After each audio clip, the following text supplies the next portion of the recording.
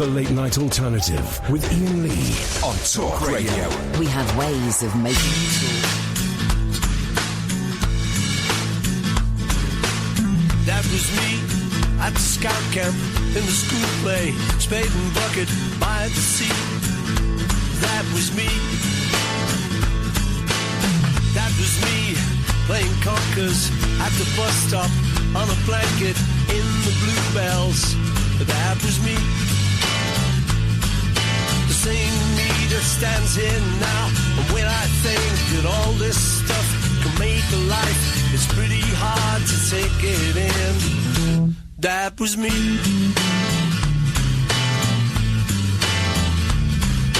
Well, that was me. Royal Iris on the river, Mercy beaten with the band.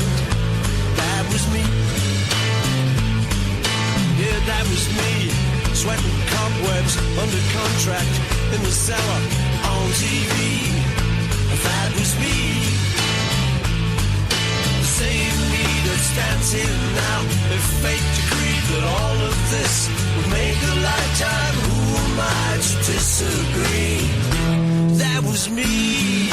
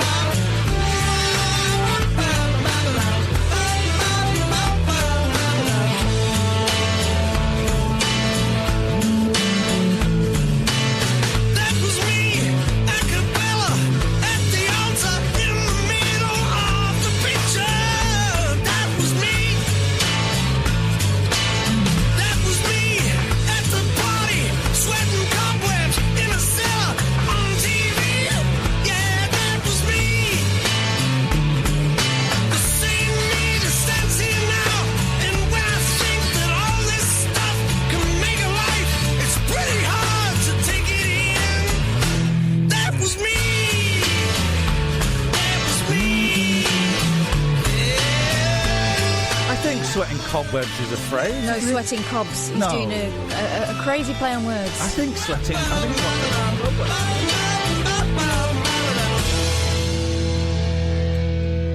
Oh, that ended rather suddenly. Just like John Lennon. 0344 499 1000 is the telephone number. If you want to give us a call, let's just start straight into the calls. I'm in that kind of mood. Good evening, Patrick. Ian, good evening. How are you? None of your business. What do you want? Just thought I'd give you a quick call because I looked on social media recently and you were complaining that you only had the same callers calling in. Oh. So I thought, you know what? Hey. Why don't I just break the mould and just say hello? Break the mould and there's me gobbing off at you straight away. No wonder we don't have new callers. It's just me shouting at people. Well, to be fair, it was a little bit rude, but no, we can crack on from here if you don't mind. Here's the thing. Here's the thing. I'm trying to come up with a snappy... Do you remember Mike Dickin, Patrick? I certainly do. Yeah. He was a big old lad. He passed away a few years ago. I think 10 years ago, maybe more. God bless him. And people would say, how you doing, Mike? My health is not in question. That was the response. Perfect. My health is not in question. And it was a way of just saying, get on with it. Let's just get to the point of the call. There's none of the chit-chat. No, I shouldn't have said that because that's a little bit silly for me to say. So I'm trying to come up with a 21st century Iain Lee late night alternative equivalent of my health is not in question. None of your business. Maybe if I try, ask me again. Can we try it again? Ask me again. Go on. Oh, hello, Ian. It's Patrick here. Hey, Patrick, how you doing? I'm doing it now. Don't. Right, start again. Let's go to Patrick. Hello. How are you, Ian? That's none of your business. It works. A bit friendlier? Less aggressive? Yeah, I don't feel so bad now. That's none of your business. Oh, that's a private matter. Well, no, But it's not, though, is it? Because you're always going on about it. That sounds like you've got like a disease or something. Oh, privates matter. That's my privates matter.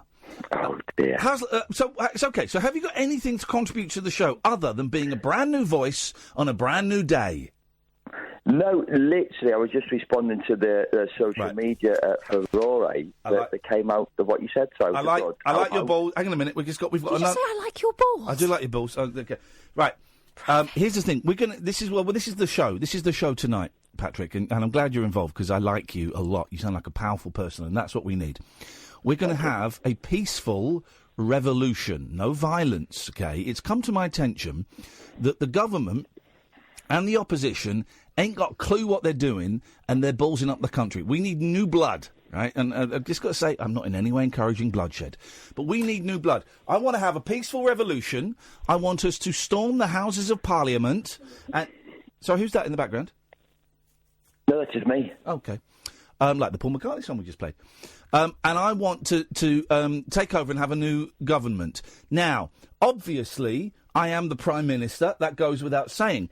Would you like to be a member of my new cabinet? I would love to be a member of the new cabinet. What job do you want, Patrick? I'm letting you choose. I'm going to assign some people, but I'm going to let you choose, Patrick, because I like you. Go on, what are you going to be? I'd like to be involved in, I don't know if they call it customer relations in the government, but the equivalent of customer relations. Well, OK, I'm going to make you the Minister for Customer Relations. So what, if people have got beef with the government, they come to you? And you give them, like, Absolutely. a voucher or something? It would be a pleasure. No, I really would love to do it. All right. Dude, you got the job, Patrick. It's that easy. Thank you very much indeed. Thank you very much indeed yourself, brother. 0344 499 1000 is the phone number. We're going to start a new government. What position do you want? I'd like Listener. to...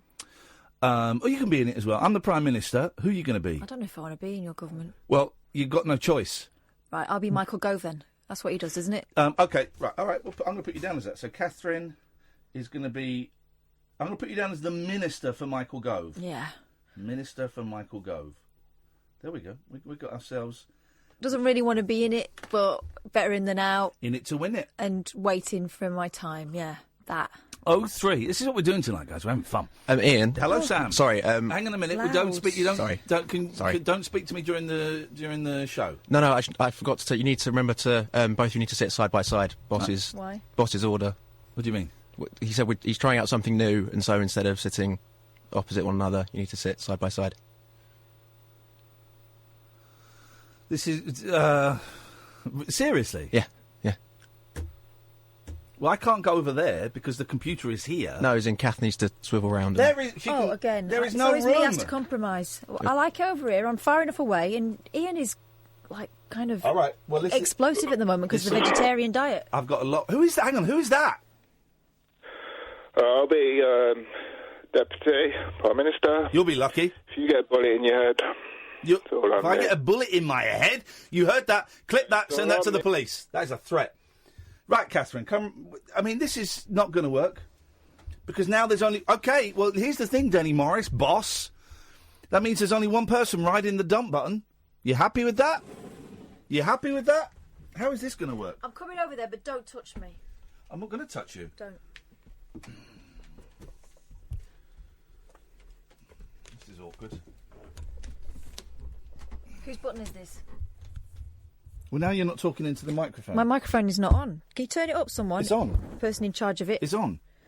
But now, look at the difference in height. You look ridiculous and I look hot. Let me put my chair up. Hang on, a bit off. I'll come down a bit. Let's do it. Hello. Flipping it, man. Is this seriously what we have to do? You can come up a little bit. You go up. Up? Yeah. Yeah. This is great fun for people listening at home in black and white. Kath is now sat next to me, but above me. My feet aren't touching the floor. Why is this a thing? When has this ever been a thing in radio? I bet the idiots that edit, and this video is going to go online. I know how this works now. Well, now I bet the idiots that edit this have said, "Oh yeah, it's really tricky." Shall I pass you the mouse? It's because you're looking at. I bet. You have that. It's too difficult to edit the video between the two cameras, so can we just make it one camera? Flipping heck, man, this is balls. Cat jumper looks good though, doesn't it? Cat jumper does look wicked, actually. I will give you that. Well, let's see. Hey, listen, I'm open to new suggestions. I will try new things. Let's go to Mickey. Good evening, Mickey. Good evening, Iain and Kath. Good evening, Mickey. We are sat side by side for the first time ever in our friendship, and Feels weird. Does this look okay, Sam? Is this what he wanted? Okay, fine. Good evening, Mickey. Tip-top. Just two quick things for the pair of you. Okay. I'd like to grab the Minister Without Portfolio, if there's any chance. Oh, Mickey, you're so fine, you blow my mind. Hey, Mickey. You got it, brother. You got it. Oh, that's fantastic. And one other thing. Yes? You know your next rabbit hole thingy, Bob? On Sunday? Yeah, I did try to run it by you last night. I think consideration should be given to the classic Rita Sue and Bob 2. We're having a gangbang? Now, I'll explain briefly. Hang on a minute. Do you mean the movie night that we're doing? Yeah. That's not Sunday. That's not Sunday. So, okay. Oh, sorry, I do get. You'd be perfect for the government. That's in January. Okay, so right. So at the moment we're hopefully showing Weird Science, but you're saying Rita Sue and Bob 2, a film I've not seen for over 30 years. I remember finding it very creepy when I watched it. It's meant to be creepy. Yeah. Now here's my point, guys. Okay. You know, I mean, That's what he said. In the 80s, when it came out, you know what I mean, it was a laugh-a-minute British comedy, which I thoroughly enjoyed. Bought the DVD. Oh. I revisited it a couple of weeks ago. Yeah. And I don't want to say the N-word, but God's sake, Bobby's a bit of a nonce. Oh, he's a nonce. If you know what I mean. Well, how old are the girls in it? They're schoolgirls, Ian. Okay. That's noncing, is it? Yeah, when you revisit it, you do it. You know, I mean, the penny finally drops. Oh, no wonder it's never shown on bloody TV anymore. Hang on, though. This is still slightly relevant. He's like, what, in his 30s? Oh, Bob? Yes. Yeah. And Rita and Sue, how old are they? Because when you say schoolgirls, they're like sixth form, aren't they? So they're like 17 or 18. Still not saying it's right. They're not 15. They're grown women. No. Oh, I can see your computer. You Google everything. You don't enjoy the thrill of the chase. I haven't enjoyed this show for quite a long time. For goodness sakes. We can get an hour out of how old are Rita and Sue. We can get an hour out of it, and you're Googling it. Delete that. Ian, Delete that. No, the thing is, Ian, I have to deal in fact.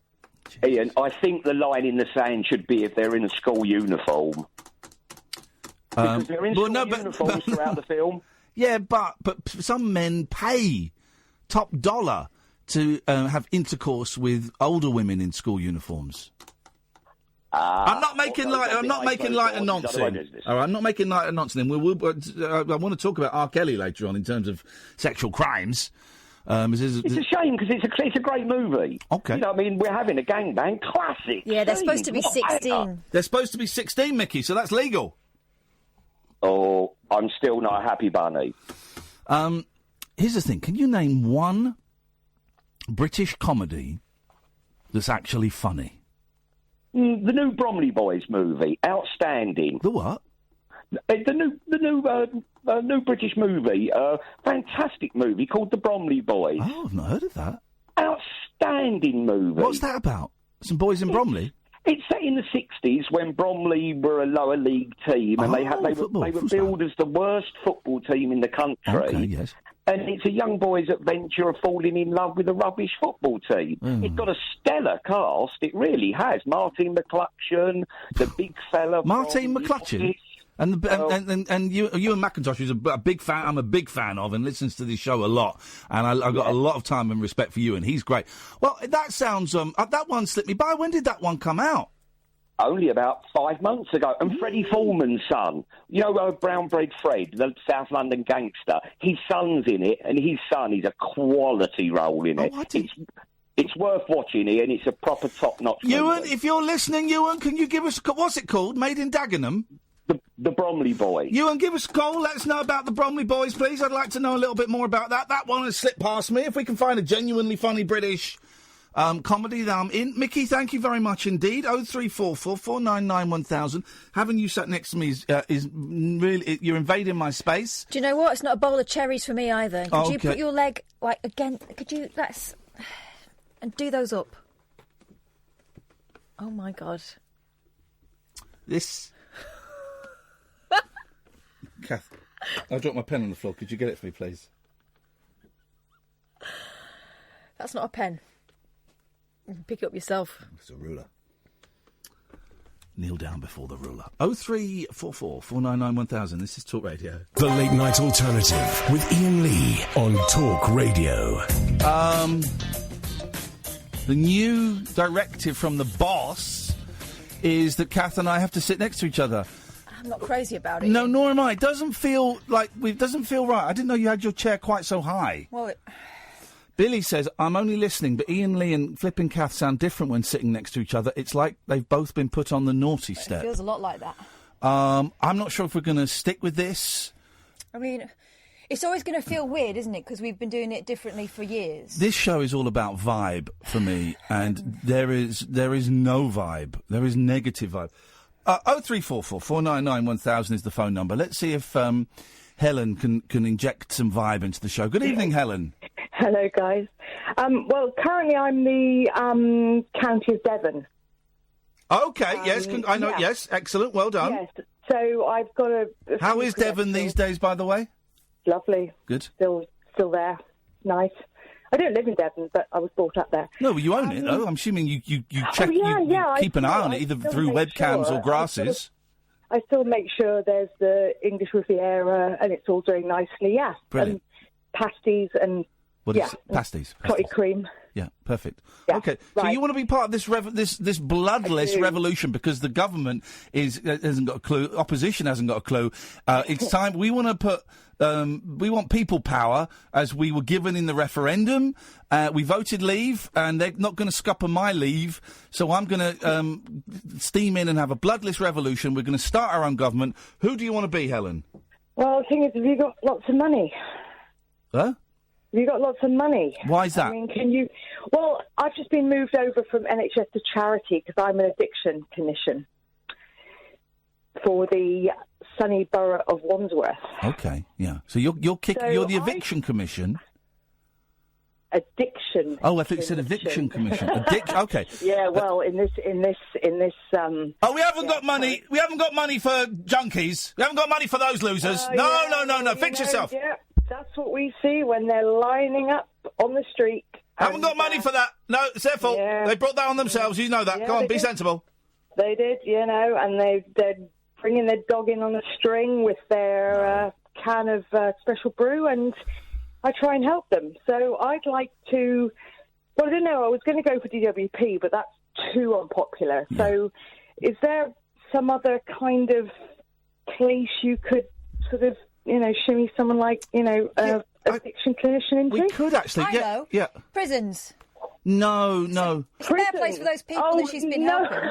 We could put them in prison. Yeah. I was thinking, could you be like Minister for off-licences and parties? Oh, that's good. Parties would be... okay. Minister for parties. And that way you can be in charge of the gear. Yeah. You're holding. So make sure it's good gear. Only the best. We're in the government. Hey, all joking to one side for a second. How are you doing your job with like 25 pence amongst all of you? That must be tough, man. It is. It's hard.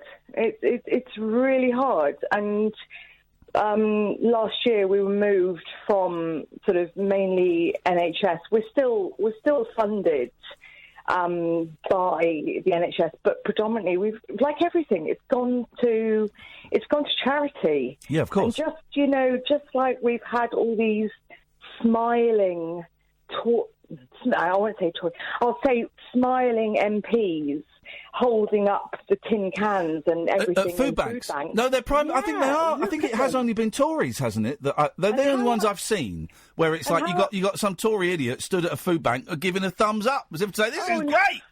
And how uplifting did you find it? Didn't Rees-Mogg say that he found... What did he say? He found food banks uplifting or something? Uplifting. And you know what? He's tossed that little bone of meat into his peer group, and they now think that they can just go and they can smile and if you ever see the pictures where they set up these photos and you've got the MP in the middle smiling, holding up a can of beans and a pack of cheese, And you've got these people that have obviously been prodded to smile. And you think, oh, God, it just is so depressing. They don't. They must not understand. It's hideous, Ian. It's hideous. What food banks are. They must think that food banks are fun places where volunteers are kind of helping out and just helping out people so they got a little bit extra. They don't. They can't realise that people are going to them because they've got nothing and they're desperate. It's you know what, everything that you think about is the worst scenario, and then you get the people that say, oh, you know, they bring it on themselves because they've got their, of course. I mean, I think the flat screen TV has gone now because you can only get flat screen TVs. Yeah, I mean, I think those sort of myths have been, but you know what? Just a recent photo of these smiling MPs in the middle of these people that have been told, oh, you know, go in, you know, make smile. I mean, it's hideous.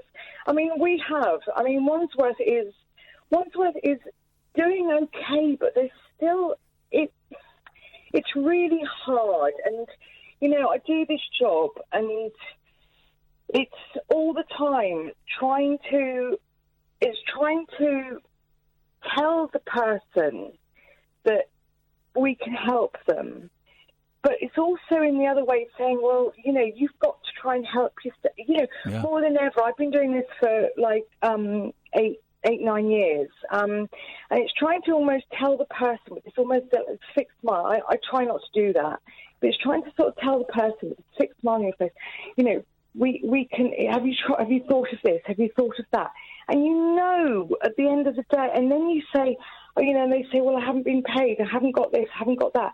And all the time, you are just thinking, oh, God, it's, you know, I have a nice life. I mean, I'm married, and my husband's doing really well. And, you know, I have, but it's this, like, dichotomy of going into work and seeing people that are really, really on their uppers. Mm.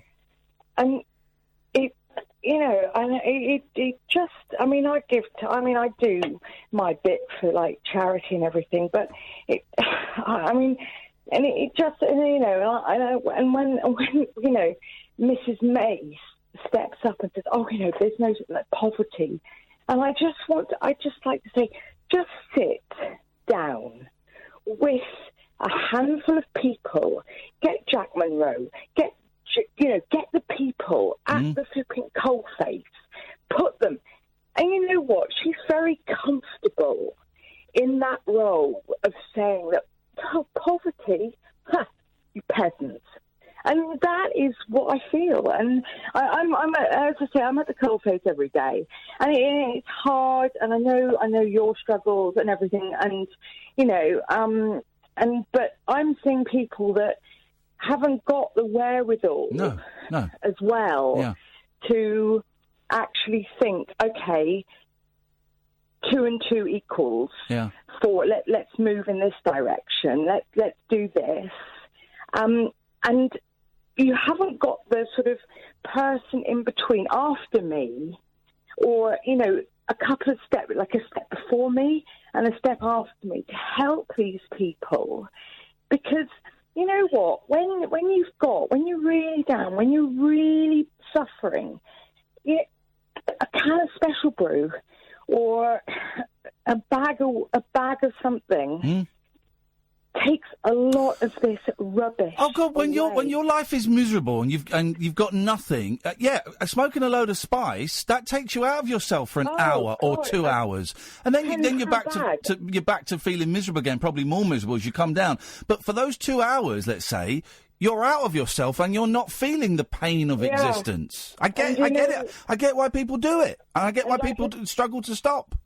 Yeah, and when I first called, you say, oh, yeah, you know, it's all their own fault. You know, so many people still believe that. So many people still think, oh, they've just brought it on themselves. Well, you know, screw them, because they are. You're right, screw them. There are still a lot of people, it's changing, but there are still a lot of people that think addiction is a self-inflicted disease. You know, I work with some really, really good people, and it's hard because the numbers aren't going down. I'd love to see a tailing off. It would be wonderful if there was like, oh, I've got 3 less people in today, Yeah. or we've got this less number of people in today. We haven't. We've got to turn people away, and it breaks my heart. And I do it because I care, because, I mean, I've never had addiction problems or anything. I just went into it because I had a family member, and I did it like that. And I also lived in a poor area for a while, and I just saw people struggling. And it's a struggle that may start as a normal struggle. You know what I mean by a normal struggle. And then it's just dabbling in stuff, and it takes over. And it worries me. It doesn't get any better. And I'm lucky. I've got a husband that doesn't work in the industry. He's outfit. He takes me. He lifts me, and I we get our own support through through where I work. Good. But sometimes, it really hurts. And it really does hurt. Well, make sure you look after yourself, Helen. Oh no, I am. Don't worry about that, Ian. But anyway, so. Where am I going to be? Your minister. Listen to the good news. Parties. Your minister for parties. Okay. You can confiscate their drugs when they come in, and then you can share it with us.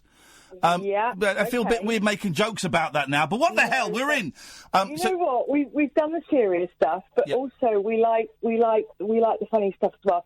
I actually love that I am minister of parties. So I own Devon, and I'm minister of parties. Because some people, they're so lucky and they're privileged. She's the elite. Goodness me, I'm living the dream, man. I thank you. Helen, nice to talk to you, and thanks for all the work that you do. It's appreciated. Thank you. Yeah, and you. Bye-bye. Hang in there, tutty bye. What a nice lady. What a very nice person. Thank God there are people out there who are prepared to help against ever worsening situations. 0344 499 1000 is the telephone number. This is the Late Night Alternative on Talk Radio. The Late Night Alternative with Iain Lee on Talk Radio. No, go back round there, because this is not happening. Hang on, let me get down, because I could call. Do you need a ladder? Yes, I could have an injury at work. This is a stupid idea, Denny Morris. You're a joke. You're a joke. You're a pathetic human being. I'm going to put your chair back in your office, Denny. You're a disgrace to the Aboriginal race. But your boomerang won't come back. Get out of here. I want to hear your nonsense again.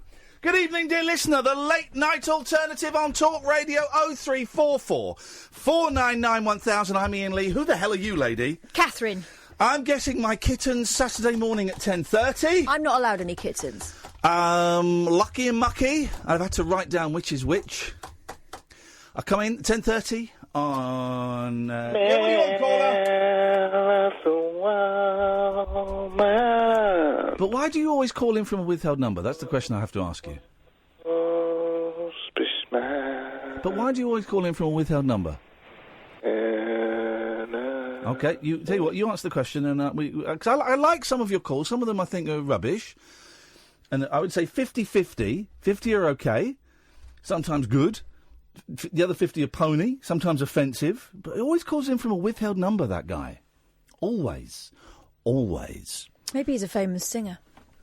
Engelbert Humperdinck was in. He was. And I came in and I smacked him in the nose. And he said, What is that for? I said, because you kept Penny Lane and Strawberry Fields off number one, you absolute joke. How dare you? How dare you break the Beatles' string of number one hit singles? How dare you? And his security pulled me off. Where you going? Changing this shot. You're in it. You're hogging it. Your face. Your big old moon face. Moonface.com. Let's go to Angela. Good evening, Angela. Hi, Iain and Katherine. Oh, it's Angela, our resident psychic, who's even better than David Babcock, who I think might be a fraud. Hello, Angela. Hello. So, how are you guys? Doing very, very well, Angela. Sorry I've not been in touch, but I've been a bit under the weather. I've just had some news, straight from the monkey's mouth. Mickey Dolenz and Mike Nesmith are going to tour Australia. Oh. So I kind of sent a little sneaky message to Mickey, spoke to his wife. When are you guys coming over here? Nah.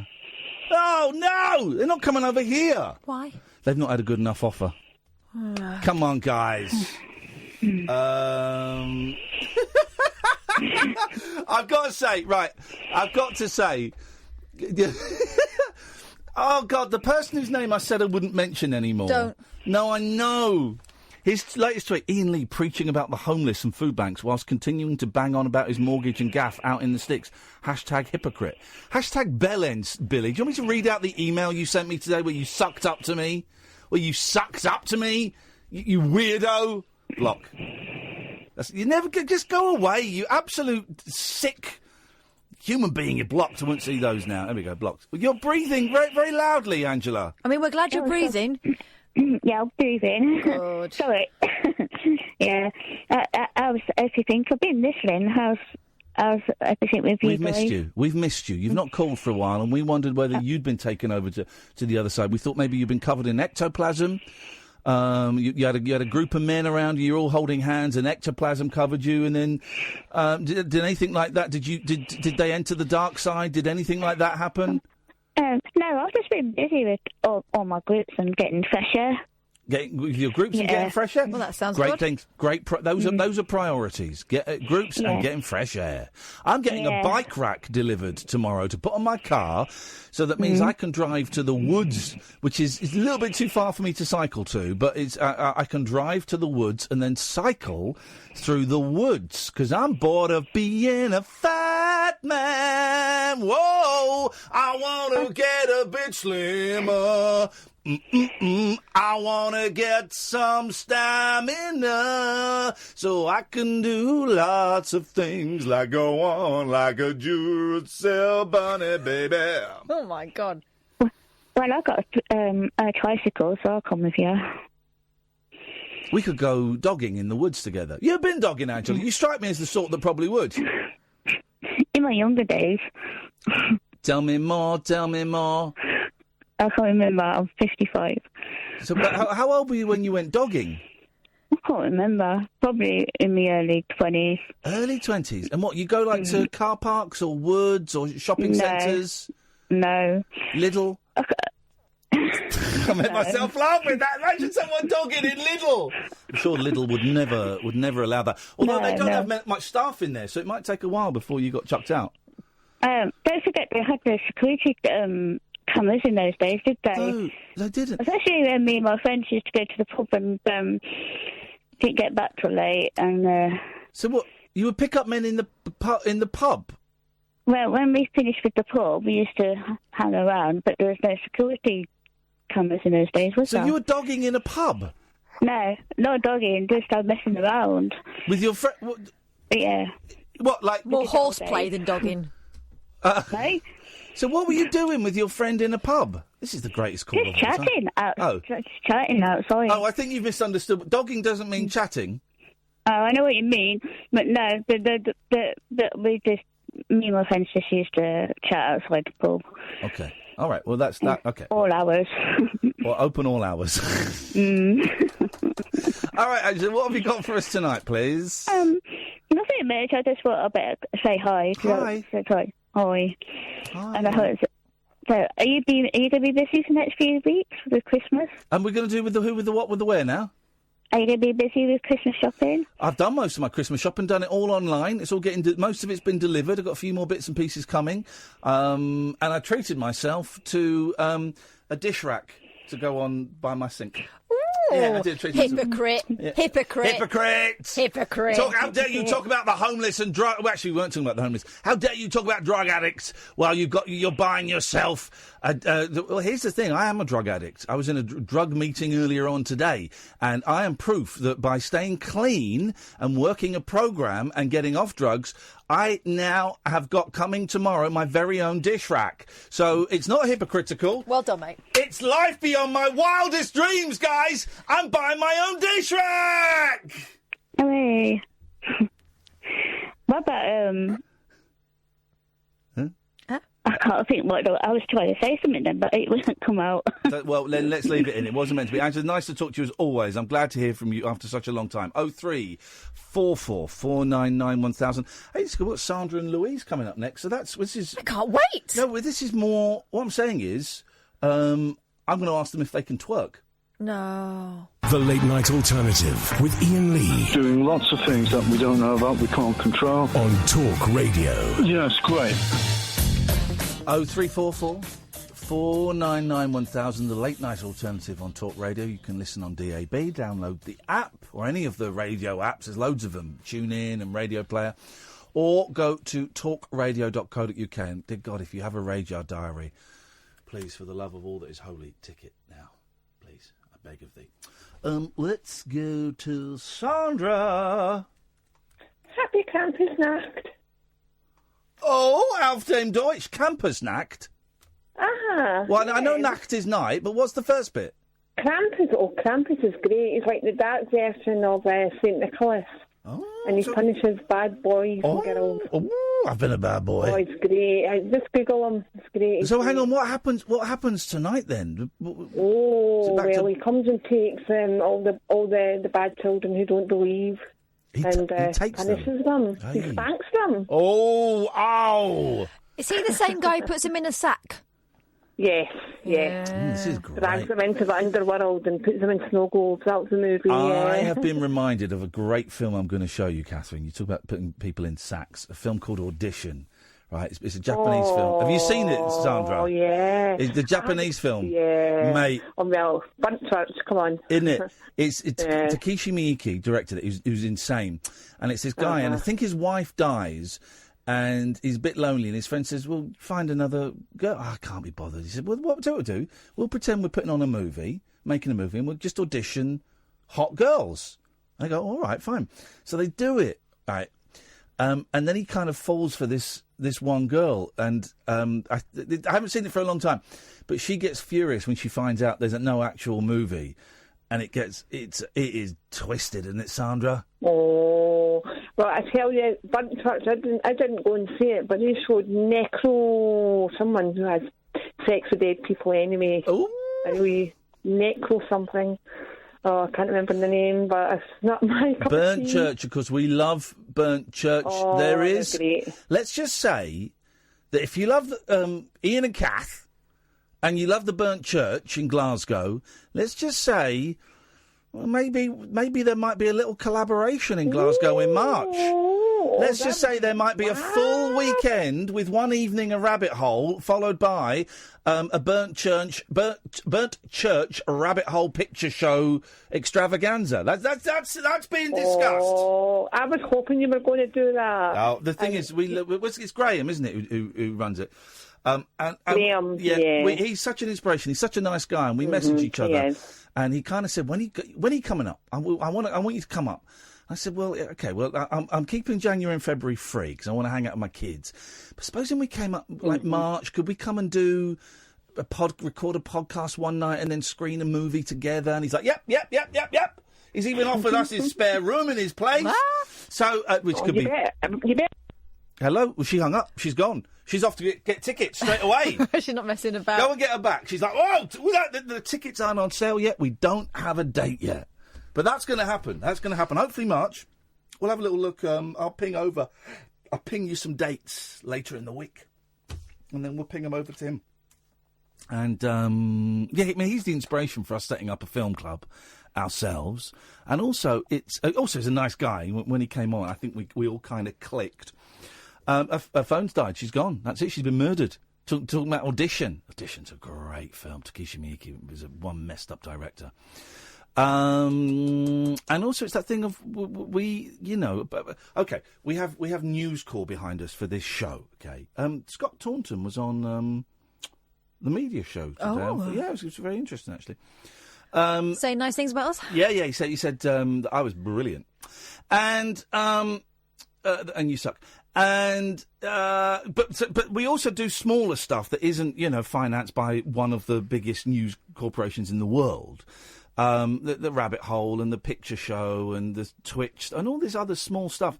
And if people are doing creative different things on their own, or just a small group of people, then we're totally cool with supporting that and getting into that vibe. So yes, Sandra's back. Hello again. Calm down, Sandra. Calm down. Yeah. Calm down. I know. It's happening. It's all right. I was just saying, my 18-year-old, we were just kind of told that he has to start kidney dialysis pretty soon. So, he has to work what? Kidney dialysis. Oh, no! Your son? My son, my 18-year-old, yeah. I kind of knew when he was a baby, we were told, but you know what I mean? When you just kind of put it aside, you know. Of course you do. You think things of okay. Yeah. So when does he start dialysis? Pretty soon. They were saying probably early New Year. Okay, and will it keep him steady, or will it improve his life at the moment, his health and his life? Well, he's going to have to go to the hospital 3 times a week, but I'll keep him well. You know what I mean? And then, then waiting for a transplant. Yeah, and it's a horrible thing to think about, but my daughter's kind of offered. Wow, so, that's amazing. I know. Then you've done a good job of bringing them up. If she's done that, well done. She's a great girl. I know. Well done. We had a great weekend. We took. I mean, I'm going to make this next year as special for him as I can. So we started off on Friday. We went to see War of the Worlds. Jeff Baines. Which was fantastic. Isn't there supposed to be a new production of it with? Oh, it was wonderful. Is it this? It's got the who's in it now? Oh, it's the guy with the dreads, the white guy with the dreads. What's his name? Oh, is he Australian? Yeah. Oh, Jason Donovan's in it as well. Isn't there a version? Maybe it's a new album. Isn't there a version with Michael Sheen in it? Is he in this one? Michael Sheen's in the Audible. Oh, he's in the Audible version. I knew I'd heard Michael Sheen. Newton Faulkner, Yeah. Thank you. I knew I'd heard Michael Sheen and War of the Worlds. Right, that's on Audible.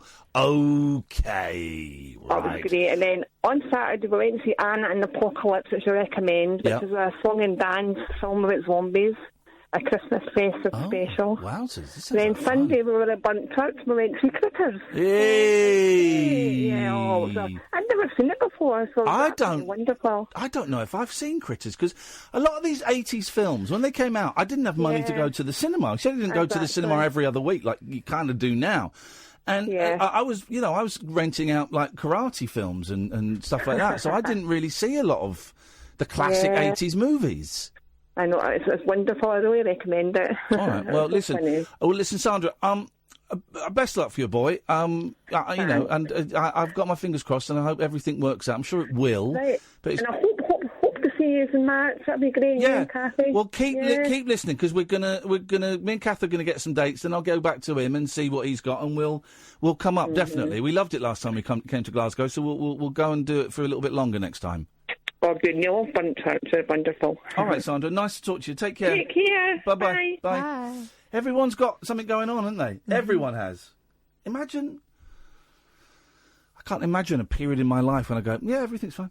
How's everything going? No, everything is fine. There'll be a moment when you come up. Well, when there's no issue whatsoever. Yeah. The kids are well. Work is good. Everyone's healthy. I don't know. I can't imagine that. Everybody's got something. 0344 499 1000 is the telephone number. If you want to give us a call. I have to say, before I go to Louise, I saw my youngest's Christmas show today at school. It was great. I loved it. He was Joseph, the cuckolded husband. And then tomorrow I'm seeing another Christmas show, my eldest son. I don't think it's, thank God, I'm doing a joke here. I don't think it's the Nativity, thank God. Because Nativity is about God and Christ. So I don't think it's a Nativity, thank Christ. There you go, that's a little bit stronger. So I was going to say, here's the joke. I don't think it's Nativity, thank God. It's a bit Jeff, it's nearly his birthday. Yeah, that's true, actually, yes. But here's the thing, right? they started, and I loved the show today. It was wonderful. And then the teacher started vamping on the piano. I thought, oh God, no! And I was right. 12 Days of Christmas. Oh yeah. The worst song. I hate songs that repeat themselves, and they just do a list that gets longer. And unlike some online trolls, who I humiliated and destroyed today, the list doesn't keep getting long. Numbers don't go up. Yes, it does. So it's in the first day, on the second day, 2, 1, 1. 3, 2, 1, 4, 3, 2, 1, 5, 5, 5, 4, 3, 2, 1, 6, 7. It's just not. It's so boring. If the whole song was to the tune of the 5 gold rings, 10 lords a leaping, 9 rubber ducks, 8 sailor things, 7 toodle-doo, 6 drums a drumming, 5 gold rings, 4 turtle doves, 3 wallybags, 2 wallybags, 2 turtle doves, and a partridge in a pear tree. If that it was would be awful. If it was that, I'd be in. But as it stands, oh God, it's like there's loads of kids' stories, right? The exceptionally tall giant, was it the elegantly dressed giant? Smartest giant in town. The smartest giant in town, that guy. That's it's not quite the same, but it's similar. The old lady who swallowed a shoe, the fly, all of that stuff. Where they just repeat stuff and add stuff. You think, oh, come on! Also, I think it's irresponsible. Even as a kid, I remember thinking, oh, come on, hurry up! Do the last one, then the first one, then we're done! Crying out loud. Can't swallow a horse anyway. Well, I have, but... but it was chopped up. I think it was a euphemism, actually. Good evening, really? Louise. Good evening. Hope you guys are well. None of your business. None of your business. I didn't say hi. I said hope. It's still, well, yeah, but it's still the implication. It's still, but it's still none of your business. It works. It still works. Still works. Well, 2 very, very quick ones for you, because I know you're going to the news. Yes. First one is, I've got quite good news. I've got the go-ahead to do another reduction for Here we go. the morphine Get reduction. in there. Yes. Get Happy in there. days. Yes. We just need to get a date set, and we know what one it's going to be. Happy days. Yes. So that's brilliant, and I've got a date for the injection into my back, which will hopefully help with the mobility. Yes. So I can't twerk. No, I can't twerk. But I would like to become part of your government. Okay, what are you going to be? Could I be Foreign Secretary, please? What languages do you speak? I speak English and gibberish. Okay, well, that'll be good when you go to Gibraltar. Yes, mate! They speak English. No, they Spanish. speak gibberish in Gibraltar. Do they speak Spanish? And English. Dirty Gibraltans. Never been. Gibraltarians. Oh, are they? I bet they're all at each other. Louise, it's there. Perfect. Thank you very much indeed. Stephen, stay there. You're going to be the first call after the news at 11 o'clock. This is shaping up to be a pretty average show tonight, and I can handle that. 03444 499 1000 is the telephone number. If you want to give us a call, you'd be very, very welcome. This is the Late Night Alternative with Iain Lee and Catherine Boyle. Weeknights from 10 o'clock only on Talk Radio. The Late Night Alternative with Iain Lee on Talk Radio. We have ways of making you talk.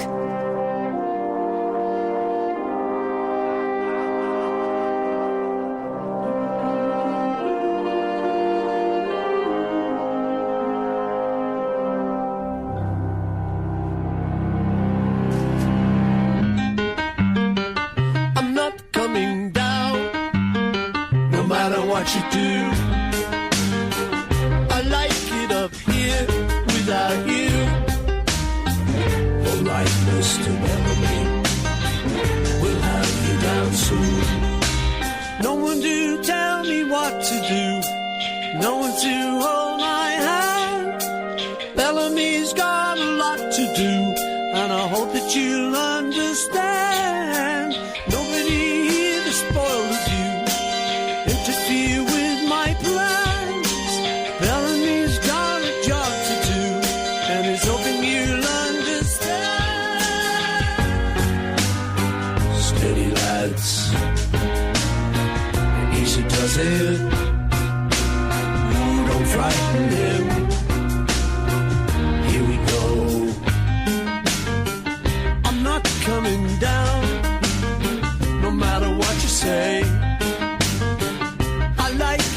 here anyway.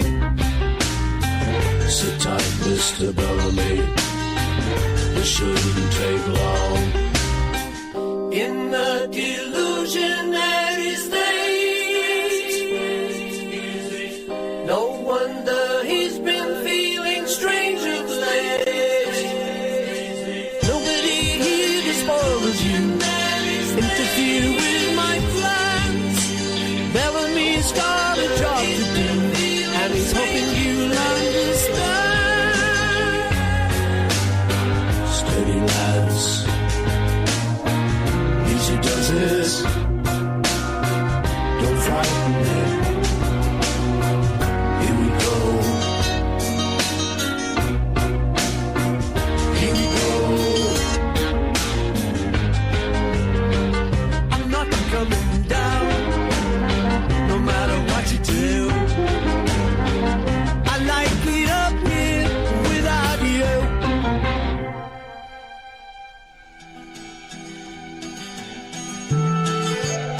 Oh, 03444991,000 is the phone number. A bit Paul McCartney. 2008, I'm going to say. 2007. I like that album. Memory Almost Full. It's Paul McCartney's Revolver. That's what I think. I was listening to Chris and Ryan, who've been on the show, the Take It Away podcast guys. The latest issue dissects that album. And it's my favourite Paul McCartney album. And they're kind of a bit, there's some good stuff on it. It's okay. Those guys... I got good mind to travel to America and kick their butts. Instead, I just sent Ryan a text saying, really good show this week, guys. I really enjoyed it. But thinking all the time thinking, you're wrong. This is the Late Night Alternative. My name is Iain Lee. I was in the jungle. I stole some strawberries and I've been on radio and I did the 11 o'clock show. Who are you? Catherine Boyle. This is what happens if you do your homework. You see? It's a late-night phone-in show unlike any other in that we will sit here and we will talk nonsense. We will dissect obscure Paul McCartney solo albums. And you are welcome to call in. I'm hesitating slightly because I've got a sore throat. I'm run down. Got a sore throat. Hypocrite. Sore throat, and I've got a mouth ulcer on my tongue, so it's just a little bit hard to speak. So I'm a little bit pain, but I'm being very brave. I'm being a very brave soldier about it. But you can call in about any of the stuff that we're talking about. And so far, we have talked about the 12 Days of Christmas being the worst song ever. We're doing a bloodless revolution because this government ain't got a clue what they're doing. The opposition ain't got a clue what they're doing. I've been watching from the sidelines for a while, getting more and more frustrated with the bell cheeses that are leading this country. And I'm thinking, I could literally do infinitely better than all of them. I've got a feeling that the political system as we know it is going to collapse. And when that collapse happens, I'm going to steam in there and set up my own government. I was watching The Apprentice today. Yes, I know, I was sat next to you. Seeing a lot of similarities the bullshine spouted in negotiations. Go on, let's hear this. This will be good. By the Apprentice candidates. Yes. And some of our politicians, some of our leading politicians. For example, now take it to the next level. You've set the groundwork. Let's get to the giggles. Peter Lilly today was saying that we were Peter Lilly had a 10-foot willy, so he shot it to the girl next door. That's not been proven. She thought it was a snake, so she hit it with a rake, and now it's only 5'4". Lord Peter Lilly, indeed, these days. If you don't mind, thank you very much by your leave. Wouldn't be leaping very high if he had a willy that big. No. Could skip over it. Yes. But he was saying there's going to be millions. We'd be able to go in there, leave without a deal, and we'd be so rich, rolling in it. And it reminded me a lot of that Apprentice candidate who was asked about how they were going to sell these dodgy chocolates that they made.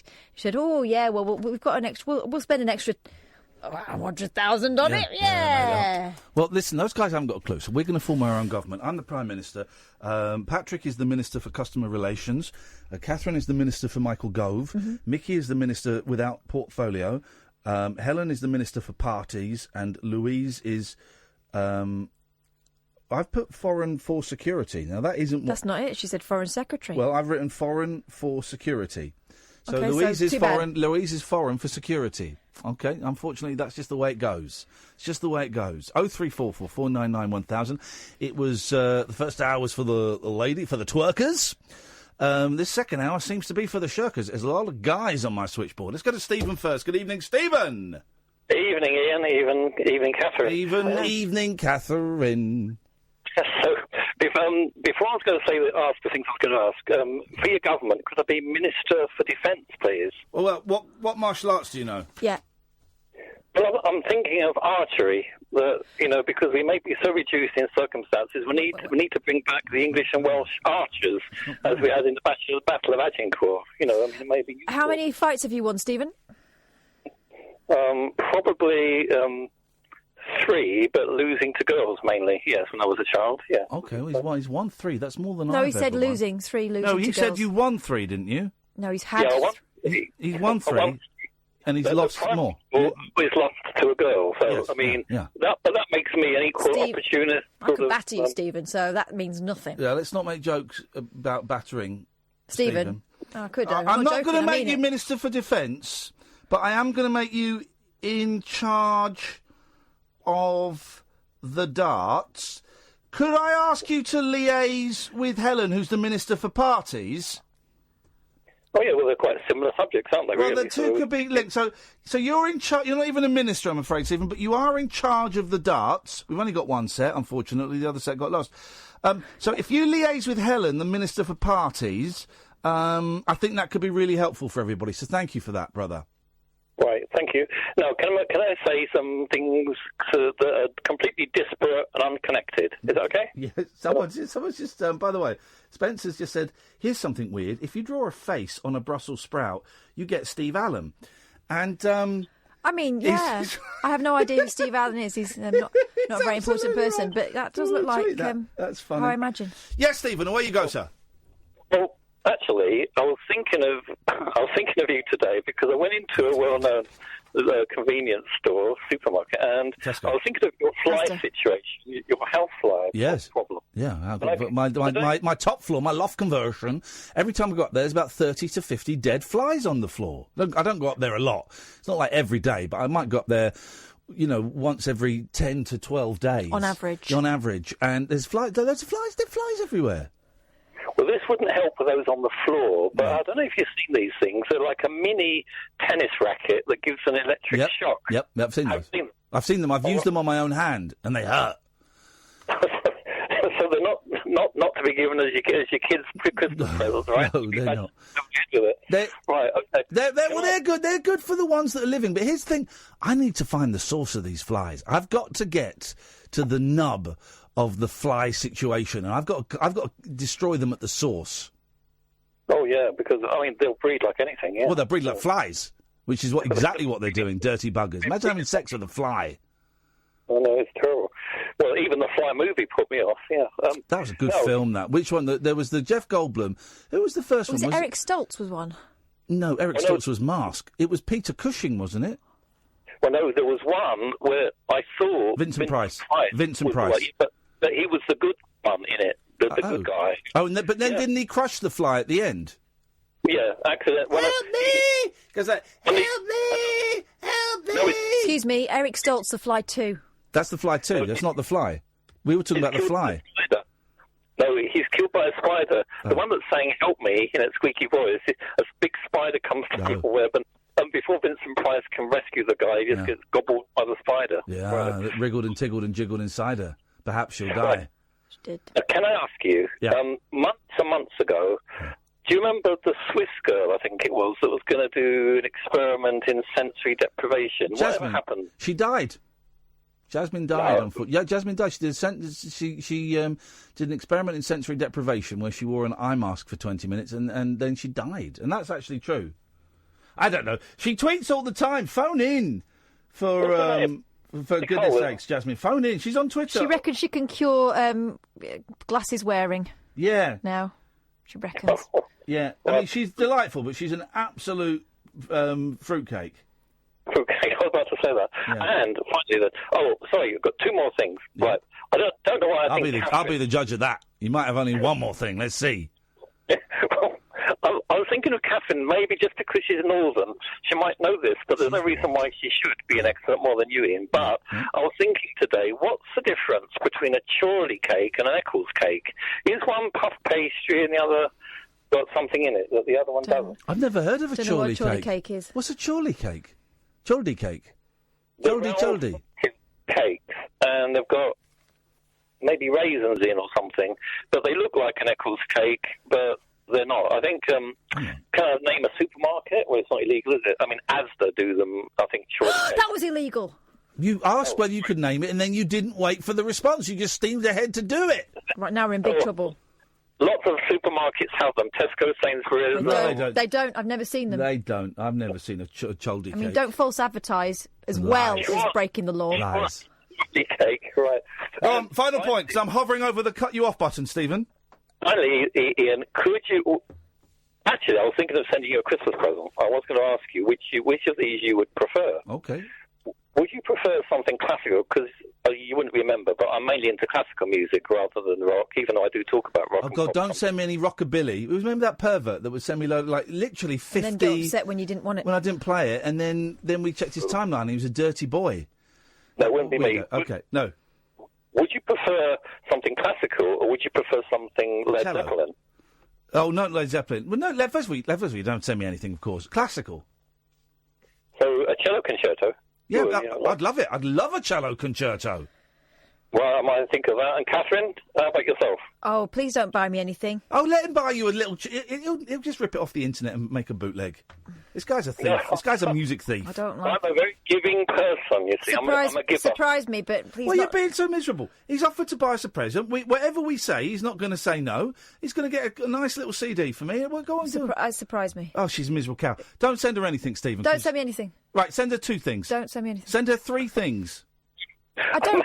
To be honest, I think if you have to ask someone what present to buy them, you're not buying them a present. No, here's the thing. Here's the thing you're not getting right. Be thoughtful. No. Here's the thing you're not getting is that people have an attachment to this show, and no, we're not friends. They kind of perceive us as being more intimate in their lives than.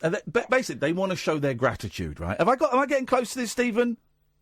Yeah, because, I mean, you're actually in my bedroom right now. Dirty boy. So... He wants to show his gratitude for us doing what is, let's be honest, the greatest late-night radio show ever, right? And I get that. I get that now. I didn't get that before, but I get it now. Now, I could say to him, Stephen, don't send us anything, mate. Don't send us anything. But he probably would send us something anyway. So why not say...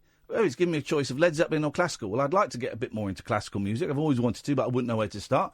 He sounds like he knows what he's talking about. I'd love a classical CD. Thank you very much indeed. Catherine? No thanks. Oh, you're such a cow. Then you see, and I was going to be complimentary to Catherine. You can still be complimentary, even though I don't want your bribes. A little bit less of the sass. You can still be complimentary. You can still be complimentary. I agree with that guy that said you liked Catherine's voice. I don't mean this in a smutty way. I'm not going to say I like her to say something. It'd be smutty.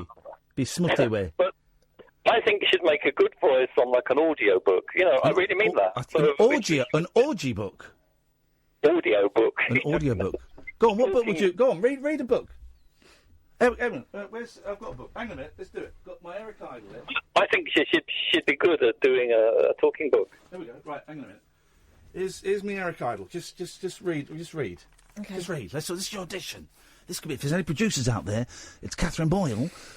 Here she goes reading for audiobooks for the deaf, the blind. NBC loved the script, and suddenly we were a go.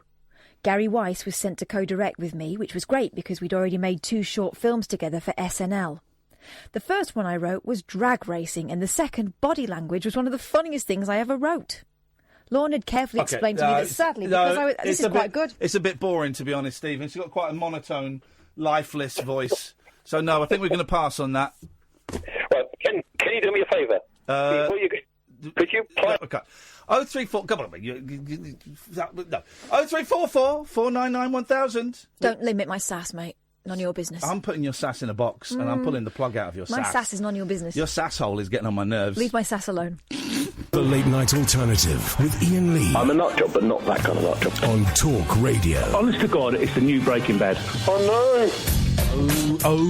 0344 499 1000 is the phone number. The Late Night Alternative on Talk Radio. Yes, G? Evening, boss. Evening, boss. Thanks for your call. Let's go to Alistar. Good evening, Alistar. Evening. I've got a number of controversial points to make tonight. OK, well, let's see how many we get through before I get tired of it and cut you off. OK. First one, big debating point for you, Ian, as well. Yes. Right. Huh? ABBA were better songwriters than the Beatles. Well, that's not true. ABBA were rubbish. Next. Well, I think they were both good songwriters. And rubbish. But, no, ABBA were good and Beatles were good. No, Beatles were good. ABBA were pony. They had about 3 decent songs. The rest are formulaic rubbish. In your opinion? No. Yes. No, it's a fact. How can you claim it to be a fact when ABBA's popularity has been better than the Beatles over the years? Yeah, Mr. Blobby sold more, and the Mr. Blobby single sold more than any Beatles single ever. It makes it better than Penny Lane, does it? No, of course it doesn't. Kokomo sold more copies than Good Vibrations. Is Kokomo better than Good Vibrations? No, of course it's not. People are stupid. You know that. So the fact that ABBA sold so many records means absolutely nothing. I know artists that have sold 100 records, and they whittle all over ABBA. Can you name one, then? Can I name one what? That, like you said, that they've sold only 100 records. Yeah, R.W. Hedges. There you go. Guy's a genius. I'll have to check him out. You should check him out. He's better than ABBA. And I want him to put that on his next CD. OK, well, thank you for that. That's an interesting debate. It was. I think you probably won. Is that the end of the? Of course, I won. The only good song, the only good Waterloo obviously is a great song, great pop song, but it's no more complicated. Eagle, that's the best ABBA song. Oh God! Are you drunk tonight? Because you're talking out of your hat. Well, I told Sam what I'd had tonight. Yes. So what? I don't care what you tell Sam. Sam doesn't ring through and go, by the way, this is what they've told me tonight, Ian. You're doing well like that. OK, well, that explains why you're drunk, so that's why you're talking about ABBA being good. OK, I get it. Right, yes. Next point. Next point is, right, whatever's happening to Brexit doesn't matter, because in a few years' time, the world's going to end anyway. Oh, now we're getting heavy. Now we're getting in. Why? What's happening? What have you heard? What have you heard? Climate change. Fine. First. Yes. Climate change will produce a lot of chaos all over the world. And well, the world's not going to end. We're all going to die, but the world's going to carry on. Well, it might. I think we are all going to die. Yeah. Well, that's definitely happening. Yeah. Yes. Yeah, that's happening. So that's not so controversial, then, I guess. No, that's not controversial. Hey, listen, man, don't call me drunk. All right, then, I'm sorry. No, but again, listen, don't be sorry, but we've had this conversation, man, so many times, right? I don't like drunk Alistar, I like sober Alistar. And, you know, you try too hard, and there's an edge to this phone call that shouldn't exist. We're arguing about ABBA, man, and there's an edge, and there shouldn't be an edge. ABBA, if you were sober... I like ABBA a lot, that's all I'm saying. There you go, there's the edge, man, and it's because you're drunk, Alistar. And I know that if I were to keep... Here's the reason I held off the ABBA argument when I could have gone nuclear on you, is that if I went nuclear on you, I'd get a load of insults.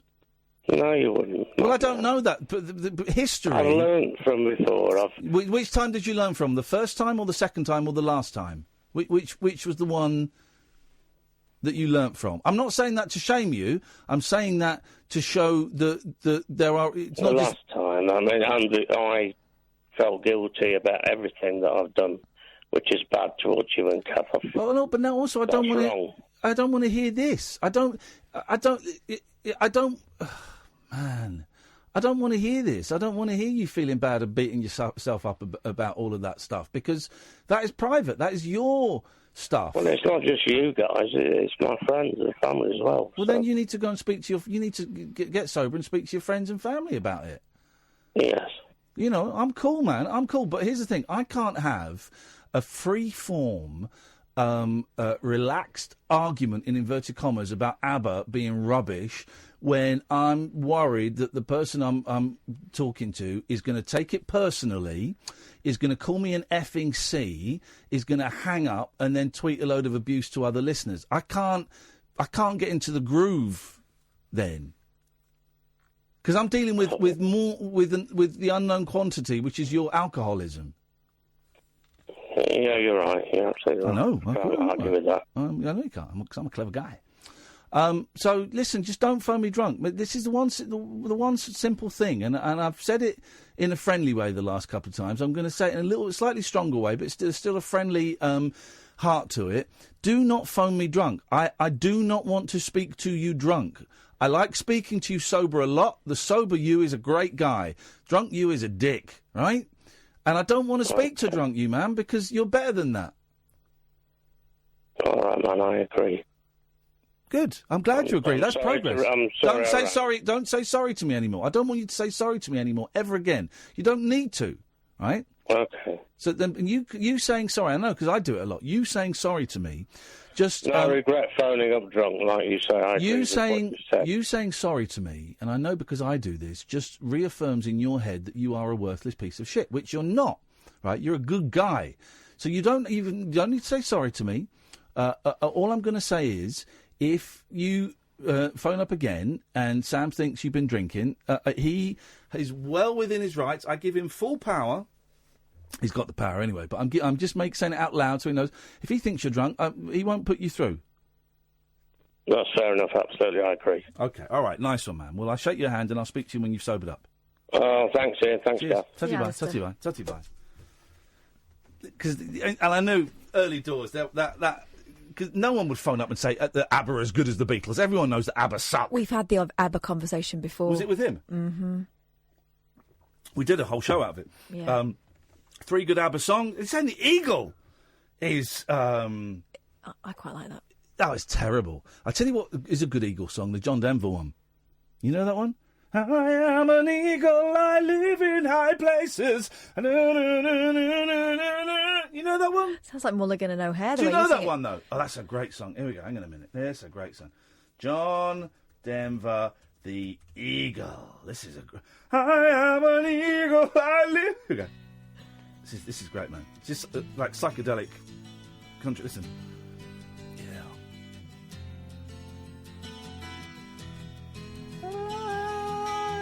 That's it, man.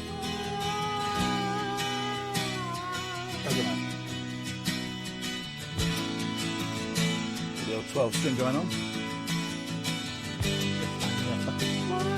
What's that like?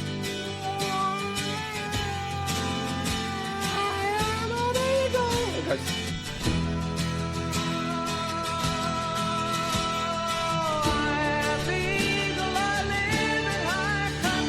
High country. And then, great song.